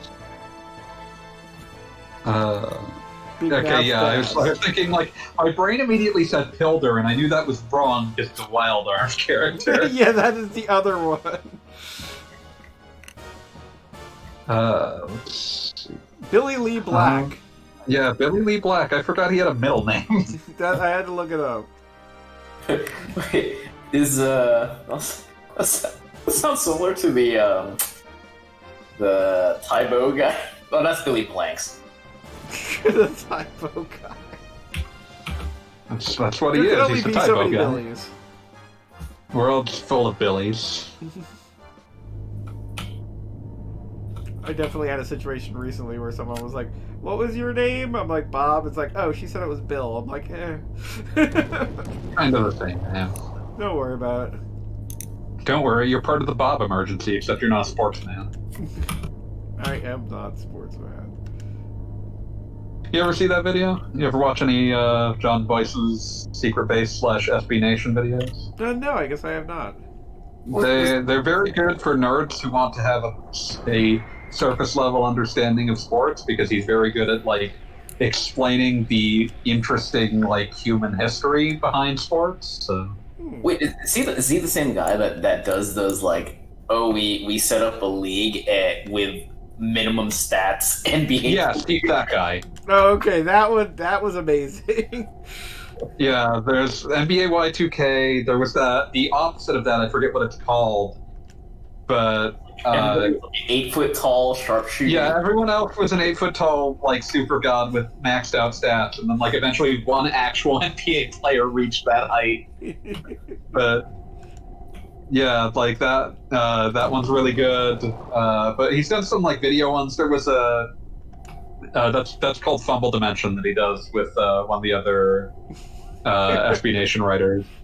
Fumble Dimension, they did one where they had to make a golf course out of like a gigantic thousands and thousands spreadsheet of user suggestions that they all tried to cram as many of them into any given hole as possible. What? They did one where they had to simulate an entire season of baseball, doing the entire, throwing the exact pitches requested of them by this same like horrible mob. So they ended up with I think the video is officially called "You Made Us Throw 3,000 Beanballs." The Fumble Dimension's good. Chart Party is good. But yeah, Chart Party, he did one called The Bob Emergency, which was a 2-part video that totals out to like an hour. That is basically just him going over like athletes named Bob and how the name Bob has declined. Like people usually don't go by Bob nowadays. And how that's like affected how there used to be like at their height there was like 300 or 400 Bobs across the world of professional sports in like the 50s, and now there are 9. And like just going down going down like the list of like all of these important and unimportant Bobs in the history of sports. Good God, I leave like 10 minutes or 20 minutes? I don't know how long I was gone. You were gone for like 20 minutes, dude. Sorry. And we're already fighting a gigantic sea monster. That's awesome. It's more of a sea robot. Yeah, it's a robot that looks like a sea monster, so that's It's close enough. But yeah, I recommend Goggle Bob. You should watch the Bob Emergency at some stage. Oh, was it? It was probably on Kane's stream, but did I ever mention? Oh yeah, the Bob Emergency is quality stuff. I mean, just incredible. What were you saying, Kelly? The whole thing with Bob and Tekken. I remember he was overpowered when he first showed up. No. Okay, so you know how he's named Bob, right? Like that's that. Yeah. So back in the Tekken 3 days, when they introduced Hwoarang, Yeah. like a thing in the Tekken community was because his name was, I guess, kind of hard to pronounce. Oh no. People was just like, you know what? We're just gonna call him Bob. So his name, like his nickname in the Tekken community, or at least in the American Tekken community, was just Bob. It's like, oh yeah, I need to figure out these Bob combos or something like that. But then they actually released a character named Bob in Tekken 6, so they're like, well, that shit's not gonna work anymore.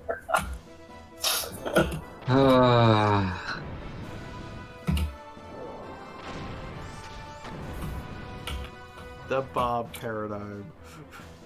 But yeah, one of my favorite. I am doing great things in the chat right now, just beautiful things. Don't worry, my chat is closed. I should actually keep that open in case someone's actually here. What if No. somebody shows up? No. I forgot to tweet it this time, so there's literally 0 chance. What? I advertised. I have followers. Do you have 2,500 followers? I do not. That's nothing on Twitter, believe me. That's literally nothing. I'd like to buy popularity now. For $800, you can buy my account. Love when I lose about 100 followers immediately after making a beautiful post. The week shriveling up into dust. That's called Darwin. Anyways, what I did was I just posted the lyrics to the NoFX song, Bob. Of course. Of course. Bob is obviously a very famous name in history. But yeah, there was a... Well, I think my favorite story that gets related to Bob Emergency, like, aside from, like, all of the actual, like, really interesting histories, is, like, this... He brings up them attempting to clock one of these Bob's fastballs, and they don't have, like... They're not doing anything logical, like, at the time they wouldn't have really used, like, a radar gun or anything, but they're not using anything logical. They are having him stand in the middle of the street and throw a fastball at a target while a cop just rips by on a motorcycle and trying to time, like, using however fast the motorcycle is going and trying to time it against when that ball hits the target. It's incredible. Just absolutely ridiculous piece of footage. Bob beat the cop, by the way, in case you were wondering. Yes, he did. They're fucking owned. He wasn't even that close. He is Incredible. absolutely great watching, but the Bob Beeman part is transcendently good. Like, Goggle Bob, your name is Goggle Bob. How have you not watched this already? Good God. I mean, there's just a history of Bobs in my family, so... Well, I do amazing. appreciate the depth of his research eventually revealing a completely forgotten and unknown boxer named Bob Bob. Yeah. I feel like that would have come up somewhere. There's also what's his last name? Bob Sutra, something like that. The basketball player who got a triple-double in an era when triple-doubles were basically unheard of, and then immediately had it litigated away from him because he got his own rebound for a triple-double. Ridiculous. It's amazing. Okay, so just to take a moment here to explain what's happening in Xenogears, it has been explained and stated, and it is literally stated by the characters that they find it unbelievable, but basically their submarine got wrecked. The submarine that got wrecked got tossed into a cave where they found another version of the exact same submarine, except it could go underwater, and so they used the exact same submarine to meld with the wrecked submarine, and now they have a better submarine. So wait, they have like, it's like they bought a junk old PC and then they bought another junk old PC and they combined them to get a working PC. But to be Or did they absolutely clear, when they broke the first PC, it literally dumped them where the second PC was. Damn. So this isn't even a case where it's like, okay, we found something we can use for parts. This is, it's the exact same. They found something where they could use for parts immediately once something was broken. And all the characters that's good writing in the game comment how unbelievable it is. But it is exactly what happened. So it's basically like submarine Dragon Ball Fusion. Yes. Yes. God Fusion. help us if this won't happen again with another submarine. No, do it. Do it more. Okay, I recently rewatched the Broly movie, and it actually is very good Dragon Ball. But the best part of it, by far, is that Piccolo has to teach Vegeta and Goku the fusion dance, and Vegeta just does not want to learn it. He is actively fighting it at all times. He hates this shit. Wait, so did they not? They used the earrings against Boo. They use the earrings against Boo, and then they use the earrings again after a very obvious rewrite that, it's not permanent if you're not a god. I was about to say they determined that it did. I mean, in a certain way, it was The not. first time around, it right? didn't work because the inside of Boo's body is like its own weird universe where the rules are different.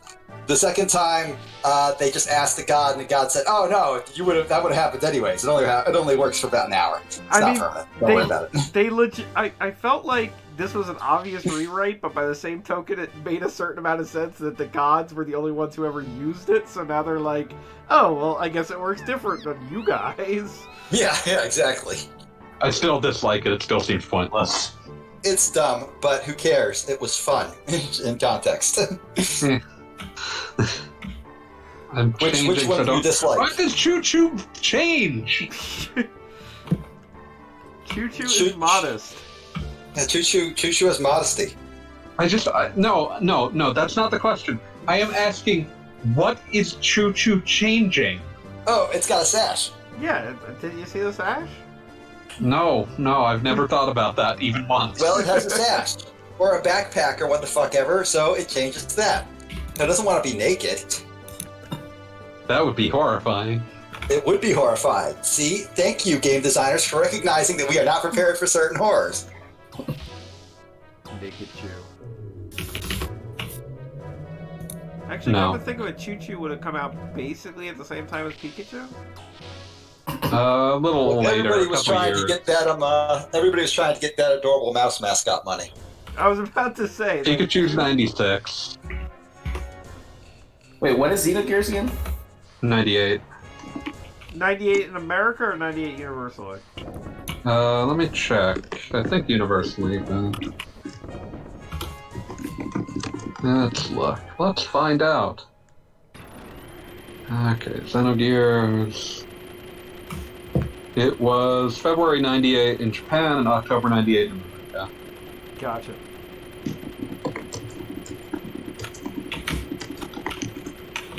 So, almost exactly 2 years after Pokemon came out.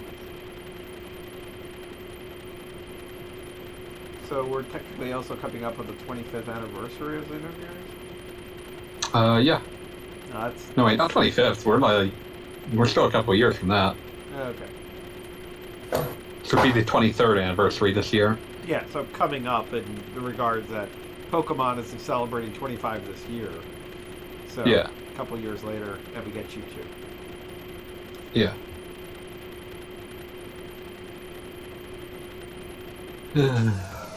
Yeah. Xenogears, not immune to the march time. Quite disappointing in that regard. If it had been Chrono Trigger 2, We it actually, would've according to Twitch, you have 5 viewers right now. Now, Automod, hey, your message is being checked by mods and is not being sent. Riding around as the trucks drive by, you can hear the motherfuckers go.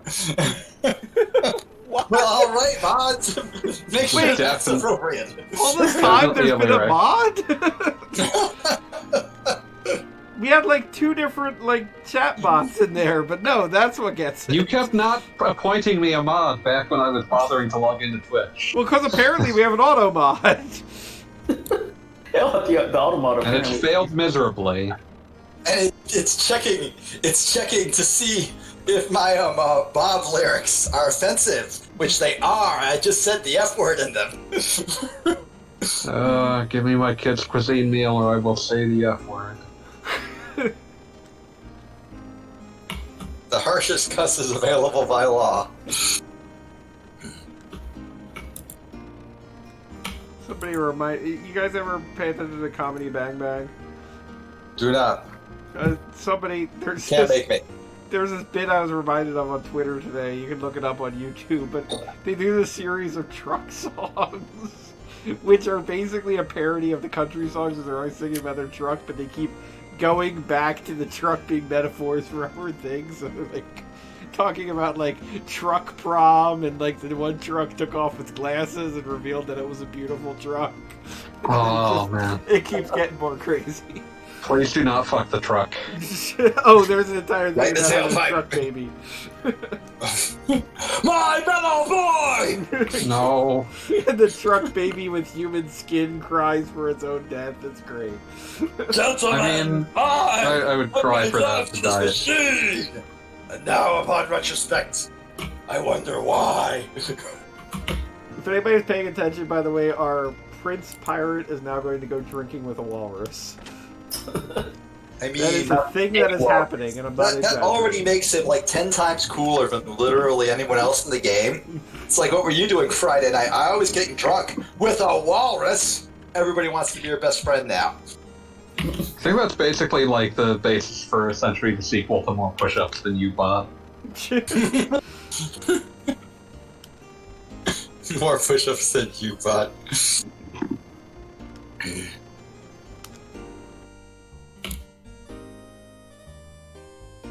So then we had that really boring dungeon, and we've had nothing but cinema since. Oh wait, there was one fight with a sea crab.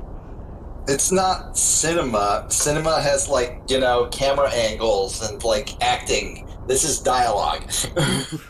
No, I will maintain that for being a PlayStation 1 game... For a PlayStation game that uses sprites, it is remarkably cinematic. Yes. That said, this is still dialogue. I'm very glad that... I will give you the it's more than you would expect line. That's fair and earned, but let's call it what it is. Well, Please. I mean, I really want to differentiate it with what's become the Cease your standard naive now. utterances! I've said nothing wrong. I will cut you! Yeah. Was that directed to Kishi who just came in? No, Kishi, you are welcome. I will not Please cut do you. not cut I me. was merely monologuing what was happening on screen, Kishi. You are not at risk of being cut, Kishi. Please, you have to believe me. Autobot, get beat! You know, when Beat says he's gonna cut you, that's just like saying hello. Kinda. You saying I go to that well too often? Because I can see it. I'm not saying you're wrong. I started watching right after Dominia slapped Ellie. I'm sad I missed it. That was the Mr. moment Chance. that awoke. That was the moment that awoke something, and at least I'm going to go with 18% of players. That's a really strange number, and no, I won't continue this debate. Not I'm just everybody's looking defend off. I'm just looking at I did more push-ups than you right now. Like 10 years ago, I would have been like, "Oh yeah, bitch," because I could do like 100 push-ups that long ago. Nowadays, I can't. that ship has sailed. I don't know. It just like goes into conversations and I'm not sure if it's a bot or someone doing it on purpose, intent personally, but it's just going into conversations and just responding to any number by saying they did one more. By the way, hi Gogglebone. Hi, Kish. Good day and welcome. Is it Kishi or Kishi? I've never bothered to ask you. Kishi or Kishi. Okay, cool. I wasn't wrong. That's rare for me. I have to like hang on to those wins. Yeah, I've always assumed it was a soft eye, so I'm terrible.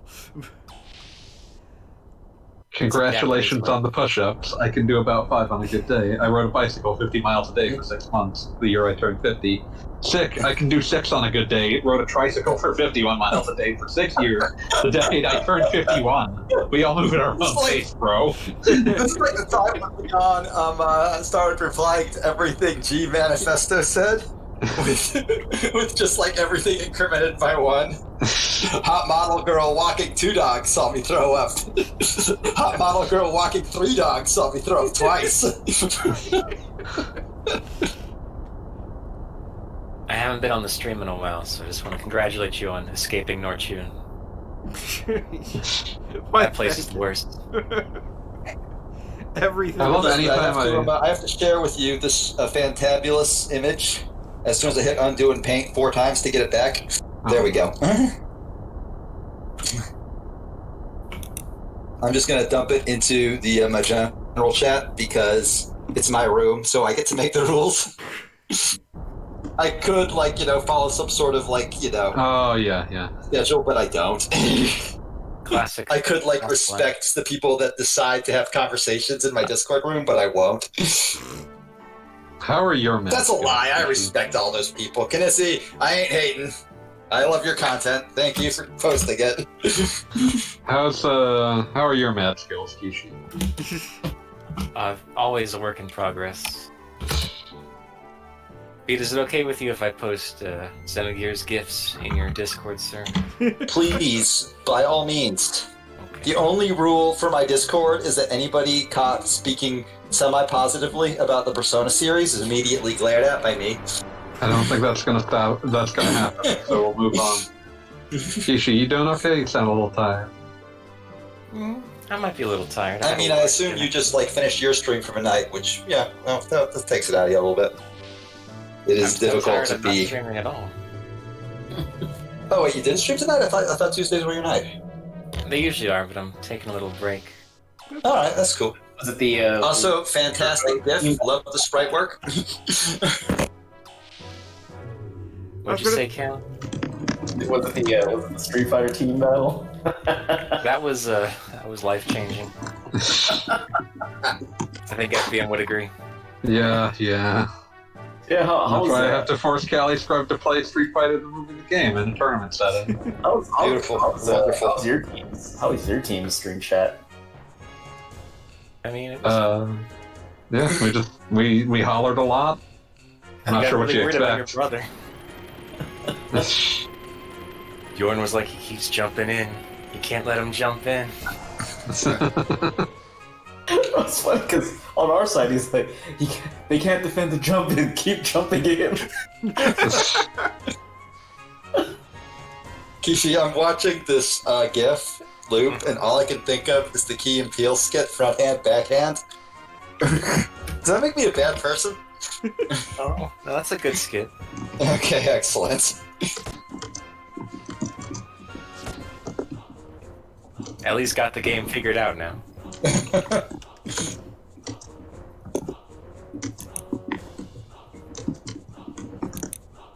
So once again, what is happening is that at least one of our playable characters is getting drunk with a walrus, Someone had to. who is a man of the sea.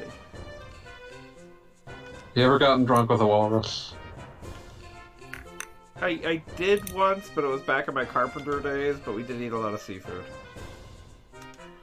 And I want seafood. That was a You can eat a big terrible fish. Alice in Wonderland reference, by the way. No, I figured. I am aware of the walrus and the carpenter.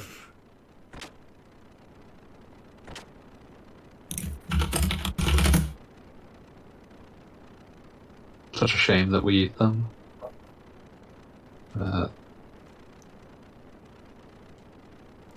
So, just in case you're curious, what happened here was Ellie was kidnapped, smacked around, and then immediately released.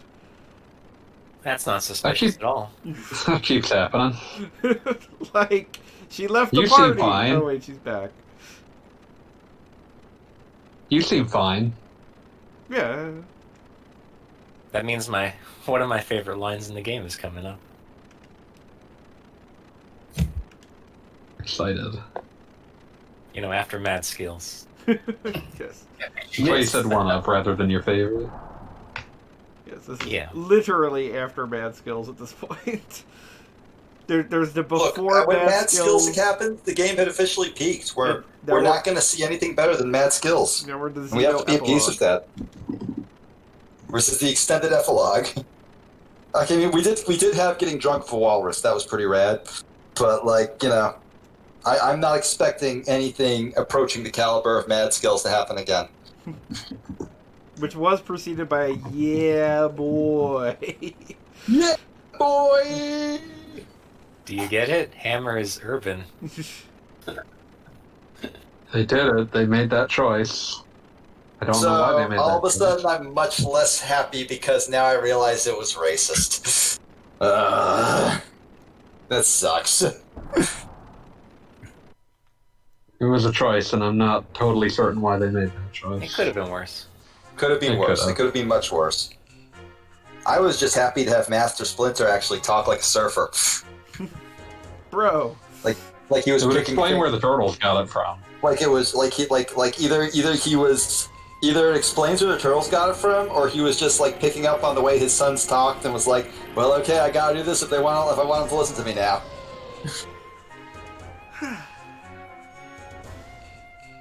Hammer man. Now what hammer. flag am I supposed to activate? All the flag. I feel like I should be upgrading gears, but for trouble.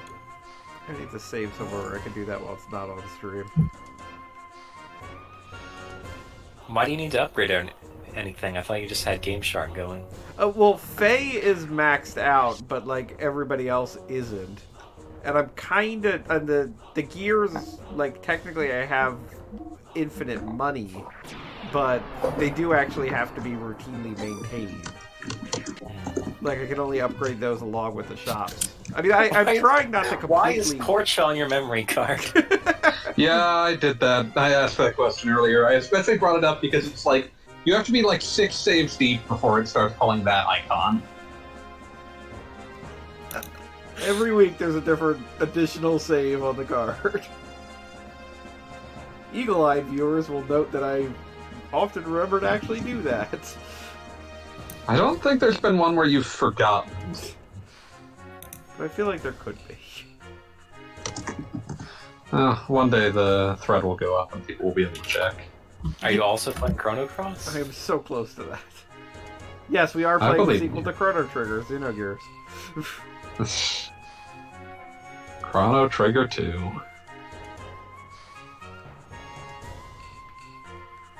It's got Luca, which is more than I can say for that other game.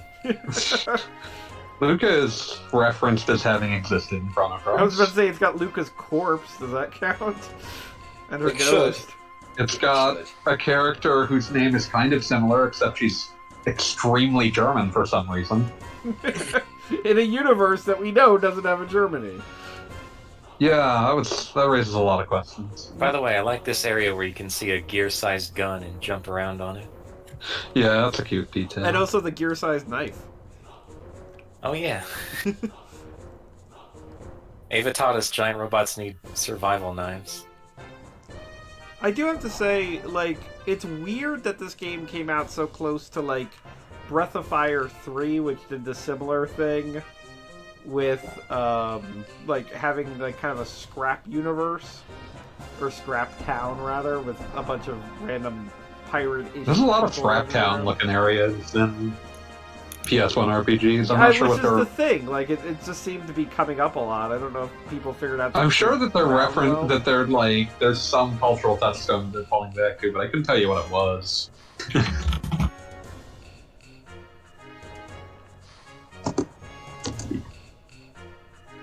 And there's some cats up here.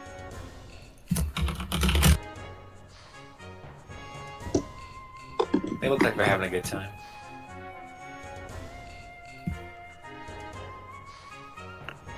Okay, I literally forgot where I'm supposed to be going. Let's see. Ellie just got sick. Thinking about show enough. Probably have to go talk. to Show her or enough. something. Show enough.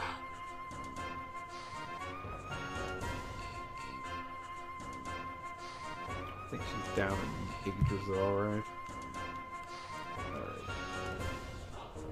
Down playing. Okay, back to knife. Knifing around. Okay, there we go. I have a knife. Let's get out of here. Yeah, no, to continue what I was saying earlier, like, I like cheating in these games so that I have a sort of press X to finish the battle type of situation for sort of dangerous situations, but in general, like, I'm kind of playing it straight. It's just like I'm also a coward. It's good for the streaming nature of things. Yeah, it's Yeah. long enough. That works. Yeah, I do have to say my number one complaint when I'm watching other people stream games, like, unless the game is dedicatedly, like, I want to be the guy for the purpose of being, like, punishing to the player, like, the prospect of someone being like, well, I just lost in that dungeon, I have to repeat it again, like, you could not make me watch that. It's like the number one time that I give up. But again, if it's a stream where, like, the whole point is that this is difficult and will I make it through, that's one thing. But there are a number of, like, I, once again, feel like I'm referencing the Persona series, wherein you wind up with one bad critical on your main character, and whoops, you now have to repeat, like, a half hour of gameplay. And just, who has time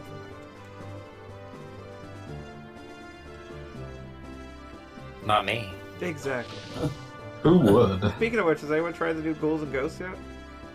Not yet. Is that out yet? I thought that wasn't out until like tomorrow or something. I've seen some people reporting on it, so It's got reviews out, Oh, does it? I want to see this. and they're entirely split on if you like Ghosts and Goblins, it's apparently very good. well, that's a very useful review. Well, it's one of those situations where, like, people who don't like Ghosts and Goblins tend to give very negative reviews of Ghosts and Goblins things. Since that Capcom Arcade Stadium thing just came out, when I get back to streaming, I think I might wanna run through the whole series, Oh, man. minus the PSP game. Oh, not gonna do Goku Makaimoto. I just don't currently have a good way to stream PSP games. Otherwise, I would. You want to do original hardware, I assume? I could do emulator, but I need some kind of second computer to stream and emulate. Oh, that's fair, that's fair. When I have money, I believe in you. that'll be nice. That would be nice. Oh man, I have to do my taxes. That's gonna be a pain. I don't make enough money. Man, you're so lucky. Let's see.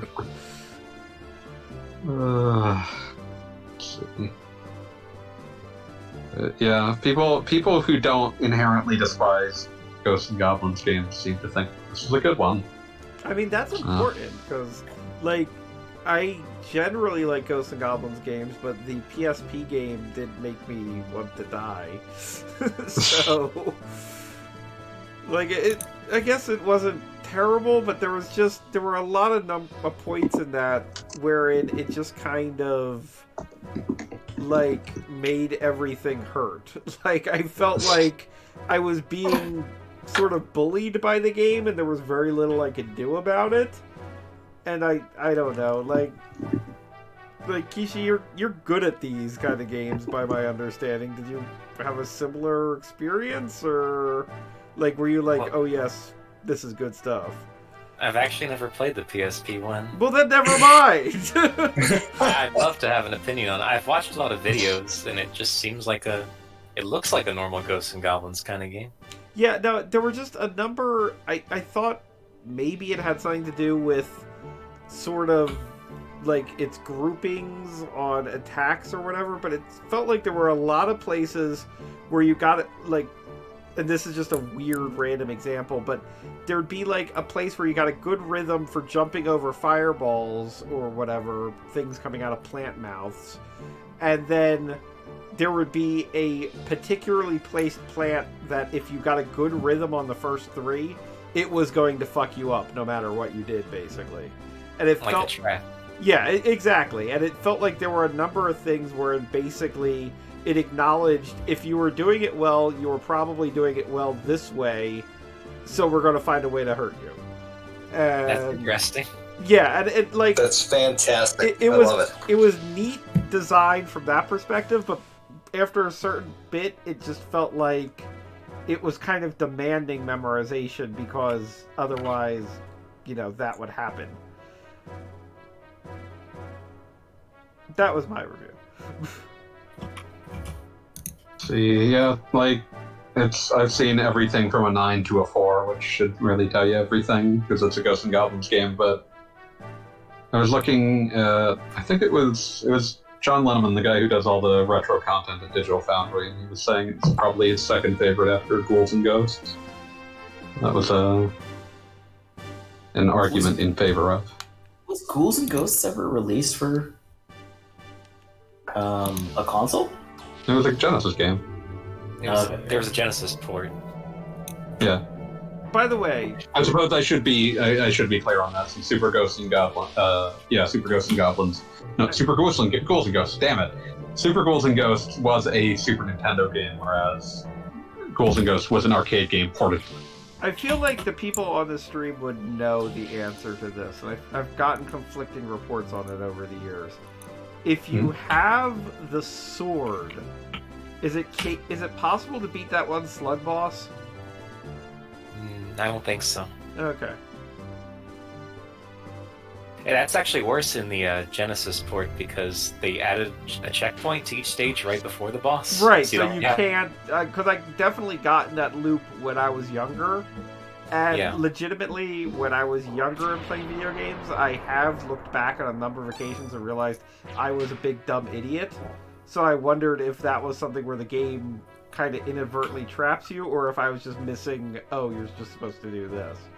It's sort of an oversight, because the way the game was originally designed, when you died on the boss, you would go back to the midpoint of the stage and have an opportunity to get a better weapon.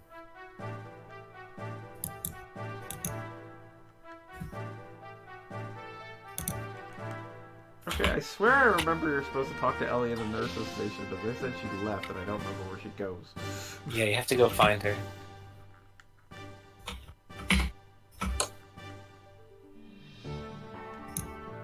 Hey, it's Rico. He's still here.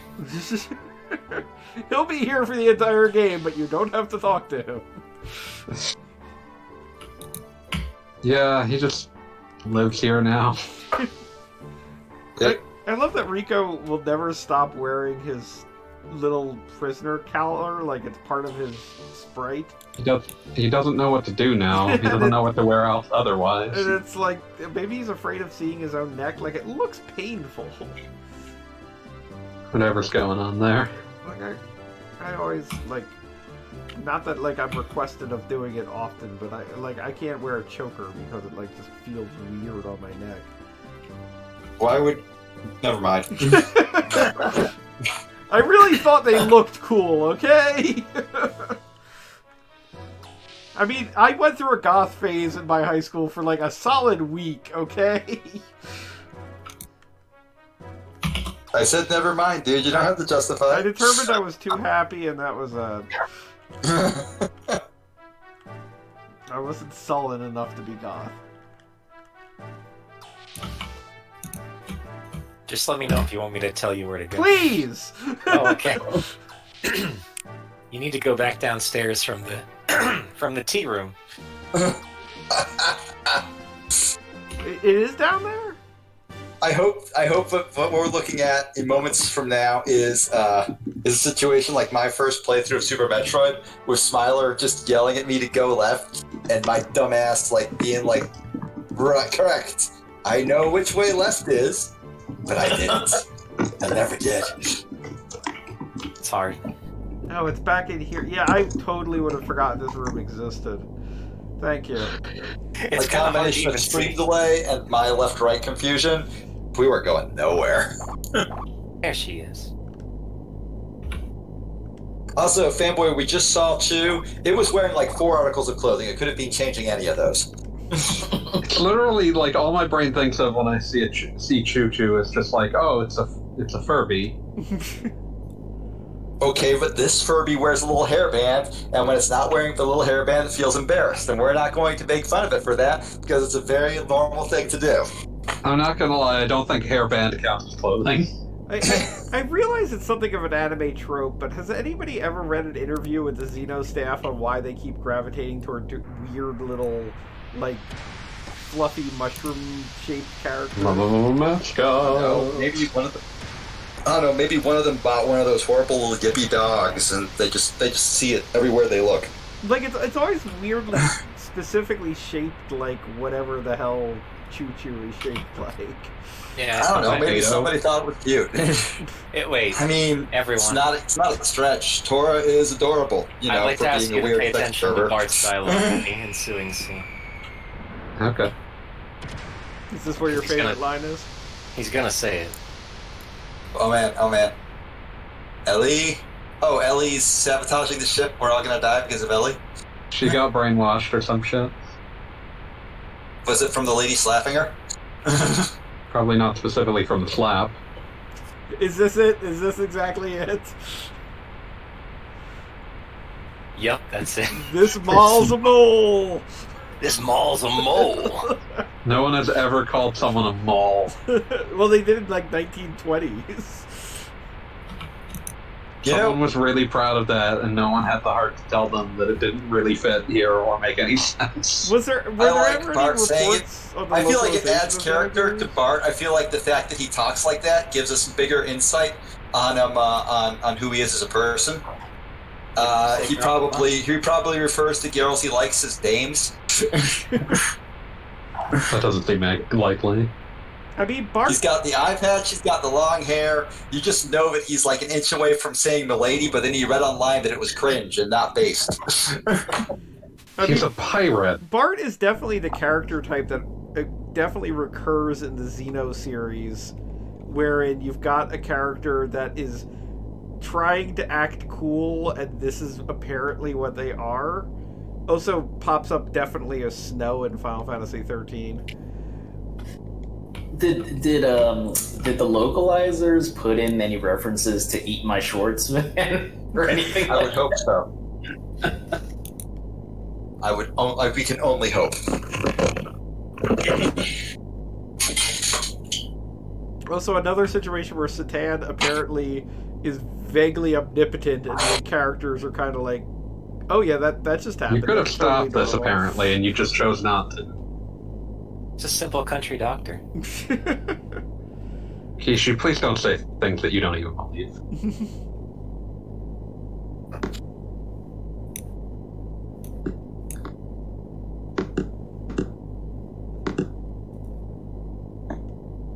And everyone just assumes that Bart was a dumbass. This is what happened. Did you almost blow up the ship again? Like, this is just a thing.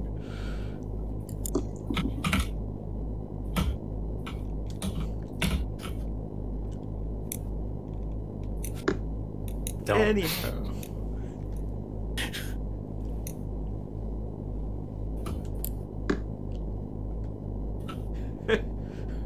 Dr. Stan is just like, no, there's no mental scars. I just figured that out from her unconscious body. Kind of looked at her from a distance. It's like, I'm good at this. Don't worry about it. He's a very good doctor.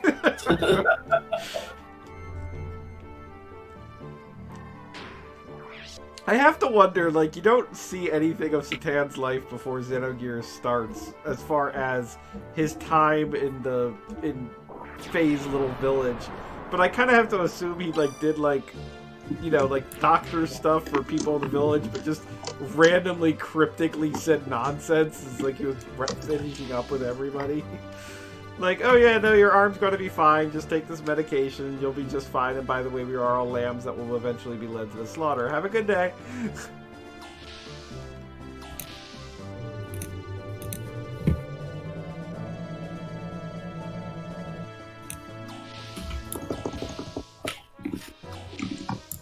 Click, click, click. Click, click.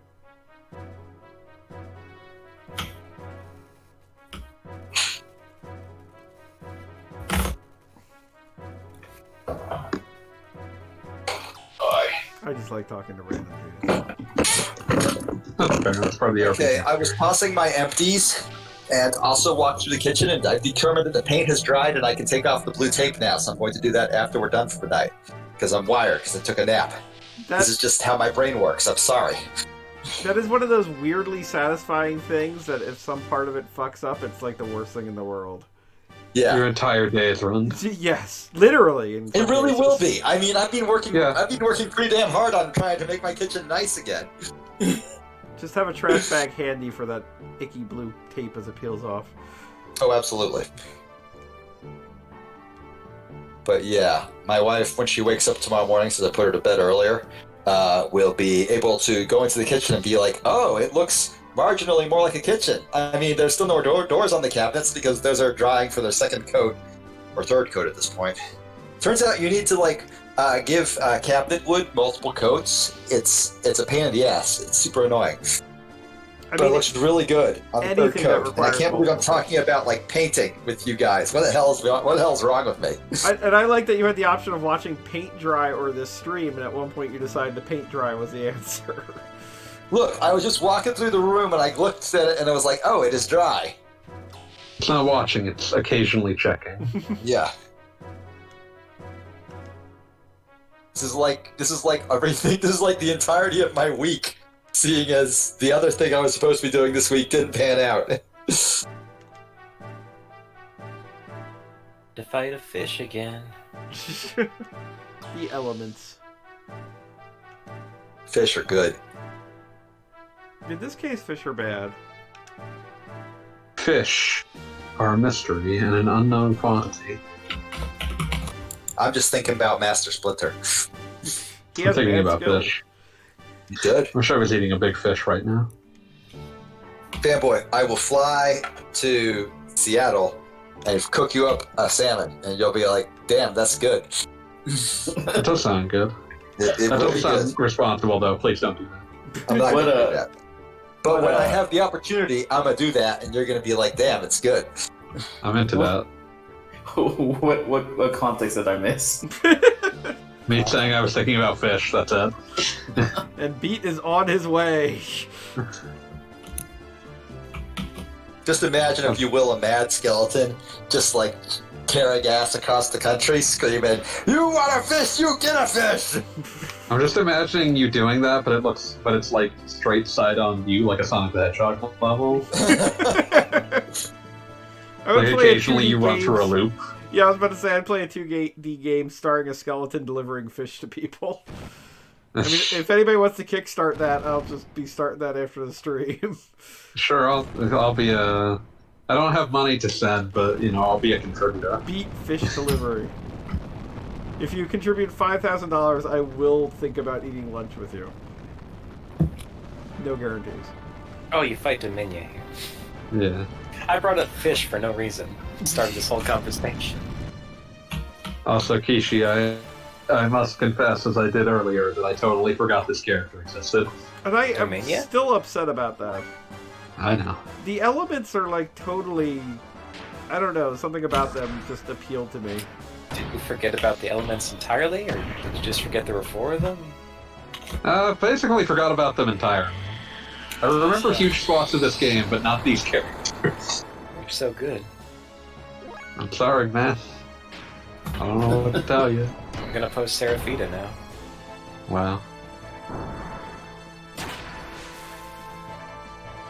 Wait, did Ellie used to be an element? I don't remember the backstory. No. She wasn't an element, but she was kind of in the same peer group. There you How go. would you have more than 4 elements? Trying to deny Aristotle now? That's a good It could be- thank you. Maybe Ellie is the heart of the elements. I don't think Aristotle conceived of the heart element. Ted Which Turner did, and means- that's what's important.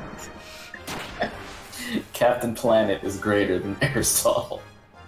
Captain Planet is basically like Ted Turner being like, what if I was green? So wait, do you believe that Ted Turner thinks he can fly? Yes. But I would also hold that, like, on some level, it's like the less creative version of having a persona. I would respect Captain Planet more if he looked like a persona. You're Captain Sona.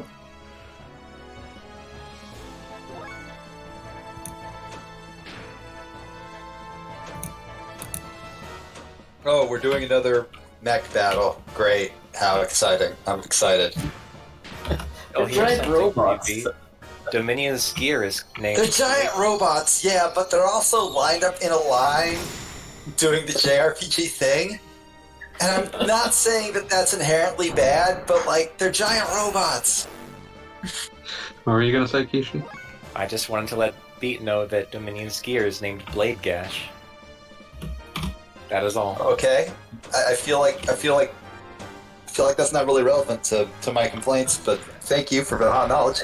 I thought it might. It wasn't relevant to the complaint, but doesn't mean it wasn't worth saying. Playing No, it it absolutely was worth saying. Oh, it has no space. That makes it even better. That means it's Blagash. Okay. Blagash.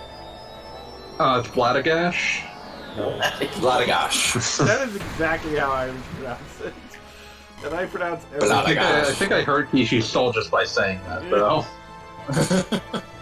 One of those people that It calls knocks out chocobos happy. cuckaboos. What? One of those people that calls chocobos cuckaboos. Kokobo. I had a friend. What are who, you? and Some I've kind of never fucking worked out. cockapoo? I've never worked out how this friend, like this was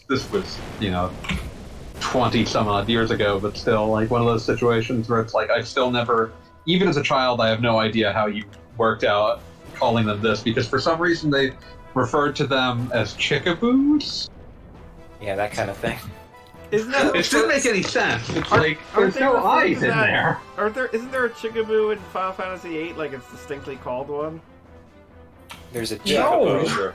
but I think you would need a Game Chickaboo. Shark or a Pocket Station to even see that. Who was the sexy? Also, they'd only played lady FF7 in, because Final that's Fantasy 13. all- Chocholina.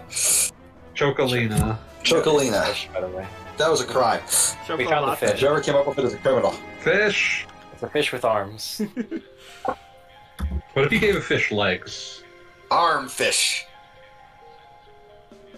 I have seen like a cartoon of like a fish with gigantic jacked sailor Popeye arms advertising something, like a local bait shop or something. I don't know. I think they occur in Slayers, don't they? Like you get the fish with the crazy limbs.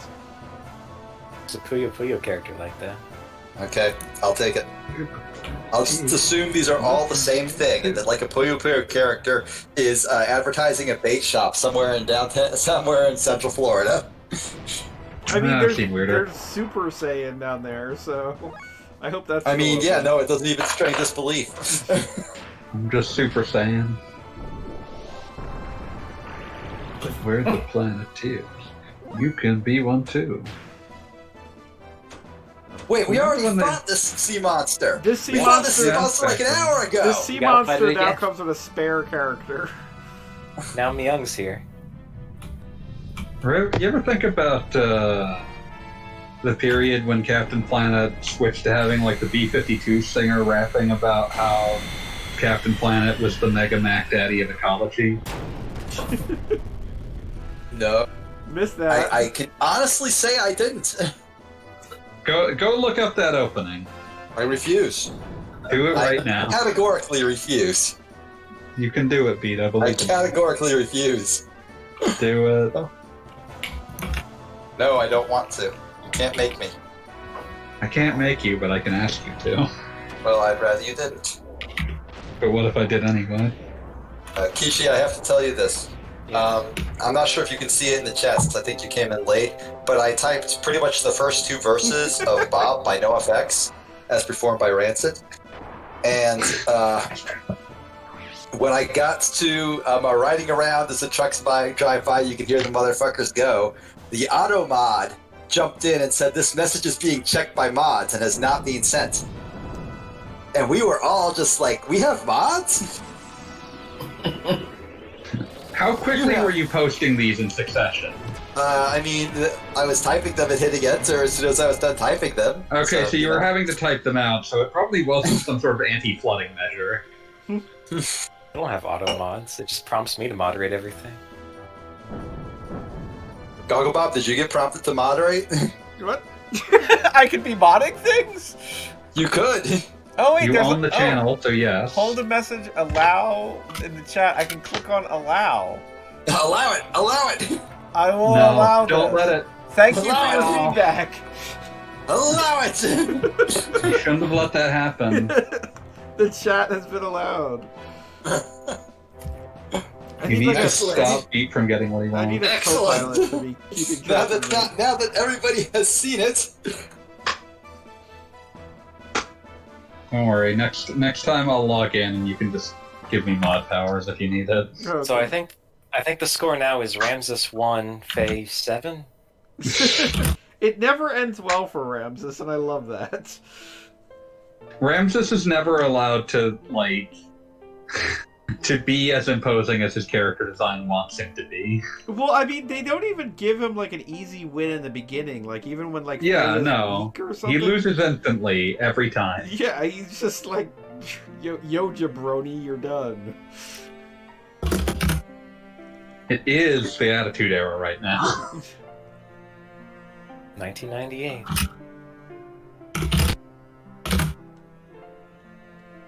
Ugh. Yeah, this is absolutely the part in the fact that tells you to remember to de-equip Faye before that previous battle. But did you? Nope.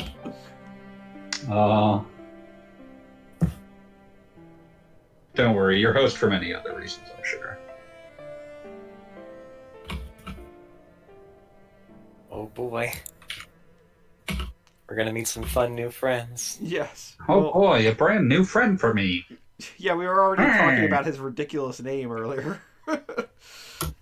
one? BLB. Okay. It could have been Billy Lee Black or it could have been Josiah. Billy Blanks. Josiah sounds like someone wanted the name Jesse, but decided it didn't sound biblical enough. Everyone calls him Jesse, but every once in a while you're reminded that his real name is Josiah. I mean, I thank you for this because literally earlier in the stream before you got here, we were trying to remember what is that name of the guy in the bullet. Yeah, You'll all be thrilled to know that I finished my very important work in the stream chat. It's beautiful, Pete. just because Thank something you, was Keisha. self-imposed doesn't Now that mean you've been it's improved. Look, I didn't want to break the law. breaking the law, breaking the law. That's a lie. I love breaking the law. This turtle Noted is criminal. never to come back. You've been confined. So, like, did we all just like forgive and forget with the girl who sabotaged everything? She like, was brainwashed. She got It wasn't her brainwashed, fault. dude. I mean, And okay, Satan but said is her she still brain is okay brainwashed? now. Brainwashing doesn't just go away. Like, you can't just say to somebody, "Hey, quit it," and they'd be like, "All right, yeah." The doctor okay. said it was just a light brainwashing. Yes, and Okay, she's well, okay now. brainwashing. What is your confusion? I don't It makes know. me wonder why that scene's even in there. Yeah, a little bit. To prove that Ellie had a problem, but maybe she didn't. Thank you for playing. I don't feel like. I feel like that's not sending a great message. Like there's At least- there's this whole bit in the game about whether or not you can trust Ellie because they make a big deal about the fact that, you know, she's from the enemy army. So I guess they had to have like the typical moment where it is obviously shown that she could be on the bad side and the bad guys have to actively use her in order to be bad, so logically she must be good. I think that's No. the basic thinking there. I think they That's just an wanted odd Mark to be basis able to of stay thinking. as small as the mole. Kishi, I actually have a question that I think you might know the answer to. Okay. So I'm not sure if you do, but you're like the guy who knows a lot about sprites, so I'm hoping.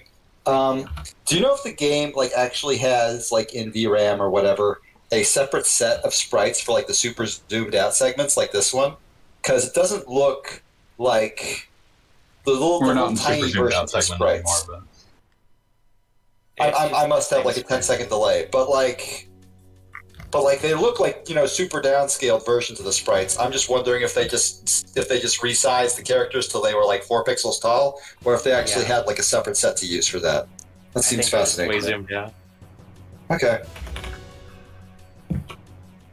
Yeah, because I do have to say, when you're zoomed out, some of the characters straight up look like they're like as part of Pitfall or something like that. They're like Yeah.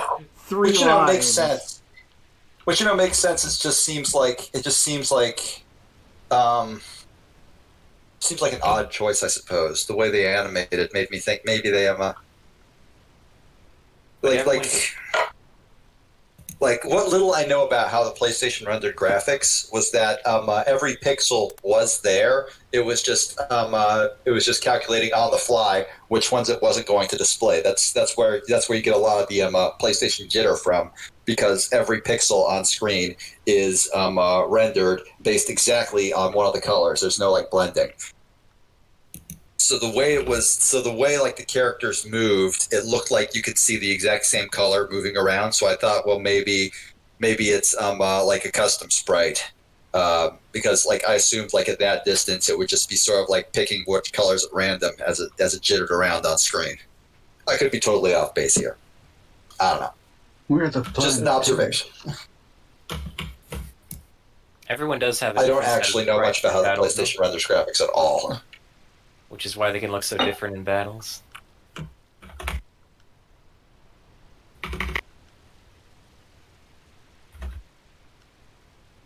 I do have to say, I don't know about you guys, but Jesse, the whole look with the bandana and the long coat and whatever, there was definitely a time in my life where I thought this was the absolute coolest a human being could dress. I'm still in It's it. called being 15, and we get it, man. We get it. I don't think I ever thought Jesse was particularly cool looking. I don't know why. That's I mean, awesome. Jesse, I mean, he's got the scar. Does he have the exact... I know it's sprite mirroring, but, like, his face has appeared on both sides of the text box now, and he has that gnarly scar on both of them. So I'm just wondering, is he symmetrical, or did they just not want to draw a side of his face without a gnarly scar? May very well be symmetrical. I choose to believe that one of them he got on accident, and he made the other to make sure that They it was. did. Yeah, he was like, they say symmetry is very attractive. So let's do this. Just picks up a knife. I mean, Bart's eye patch Bart's properly Sigurd. flips, right? Yeah, and Sigurd's. Yeah, so he might be symmetrical. Okay, damn. All right, awesome. This is That's my cool son, shit. Billy. Look at Billy. Now, Billy has never been cool. He's got a I big gotta bow on say, his chest. It it's- just looks like a present. He's just a I big gotta say, baby. it's actually cool as shit that they put fucking Clint Eastwood in the game. Clint Eastwood sucks, but the man with no name rules. It's one of those, contradictions that we just have to live with. Well, his name was always Josiah, apparently. Just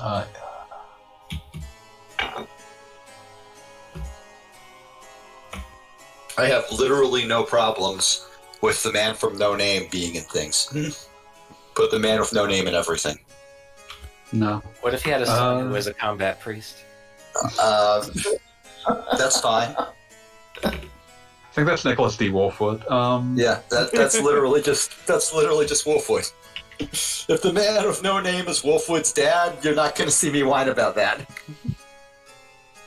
That means, of Suddenly course, Trigun he's slides a into terrible place. father because Wolfwood grew up in an orphanage. I was about to I mean, say, I wouldn't expect. I'd expect a lot out of the man with no name, but probably not. we're father. about to get... Yeah, great father's not really on the list. Yeah, just a heads up, Pete, the next update gets a little Trigun. When you say a little Trigun, you mean like the Time Penny Arcade completely by accident invented Trigun whole cloth? I don't think it was by accident. Wait, when was this? Okay, so Penny Arcade had this idea they wanted to do called Sand, in which Oh, I remember this that. civilization crashes on a desert planet. This spacefaring civilization crashes on a desert planet, and basically to survive, sort of regresses into like a pop culture depiction of the Old West. Not an accurate one. I always preface that, a pop culture depiction. And like with cowboys, but also with a spaceship off in the distance and stuff. And then they finally did like a week-long series on it, and on the website, and everybody just responded, "That's just Trigun." Was this the thing where they made like the three separate? Yeah. Okay, and one of them was like the robot detective in a Yeah. futuristic world that races against Yeah. robots. Yeah, it was one of those things they wanted to do like that. That would sound man. pretty straightforward. It's like, Also oh, a very original concept. Yeah, also very original concept.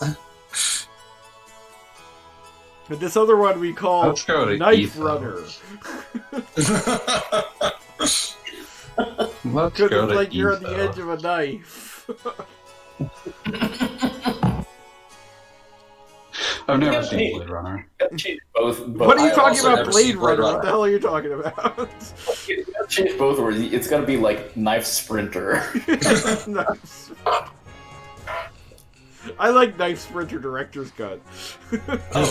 I have an interesting factoid for you, Gobble Bob. So when you're on the Thames World map, and you come to this hotspot and it says Armor Ground, that's just supposed to be deck. Deck in Japanese is made up of the kanji for armor and ground.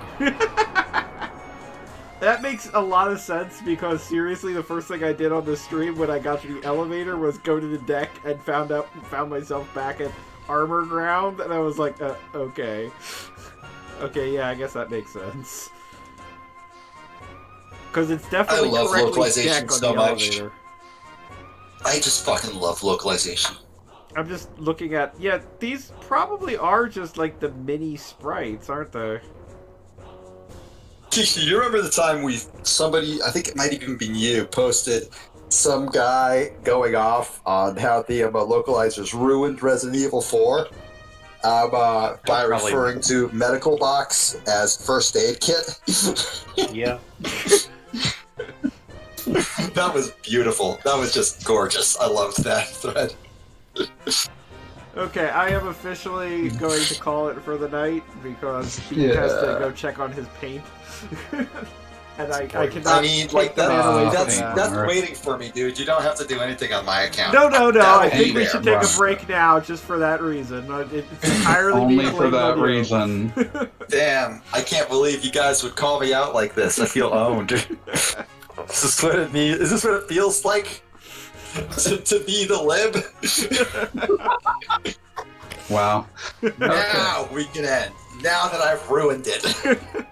Yeah, Good no, night, I everybody. hate you more than I did before. Beat's so going to that's be good. auto-modded for the week.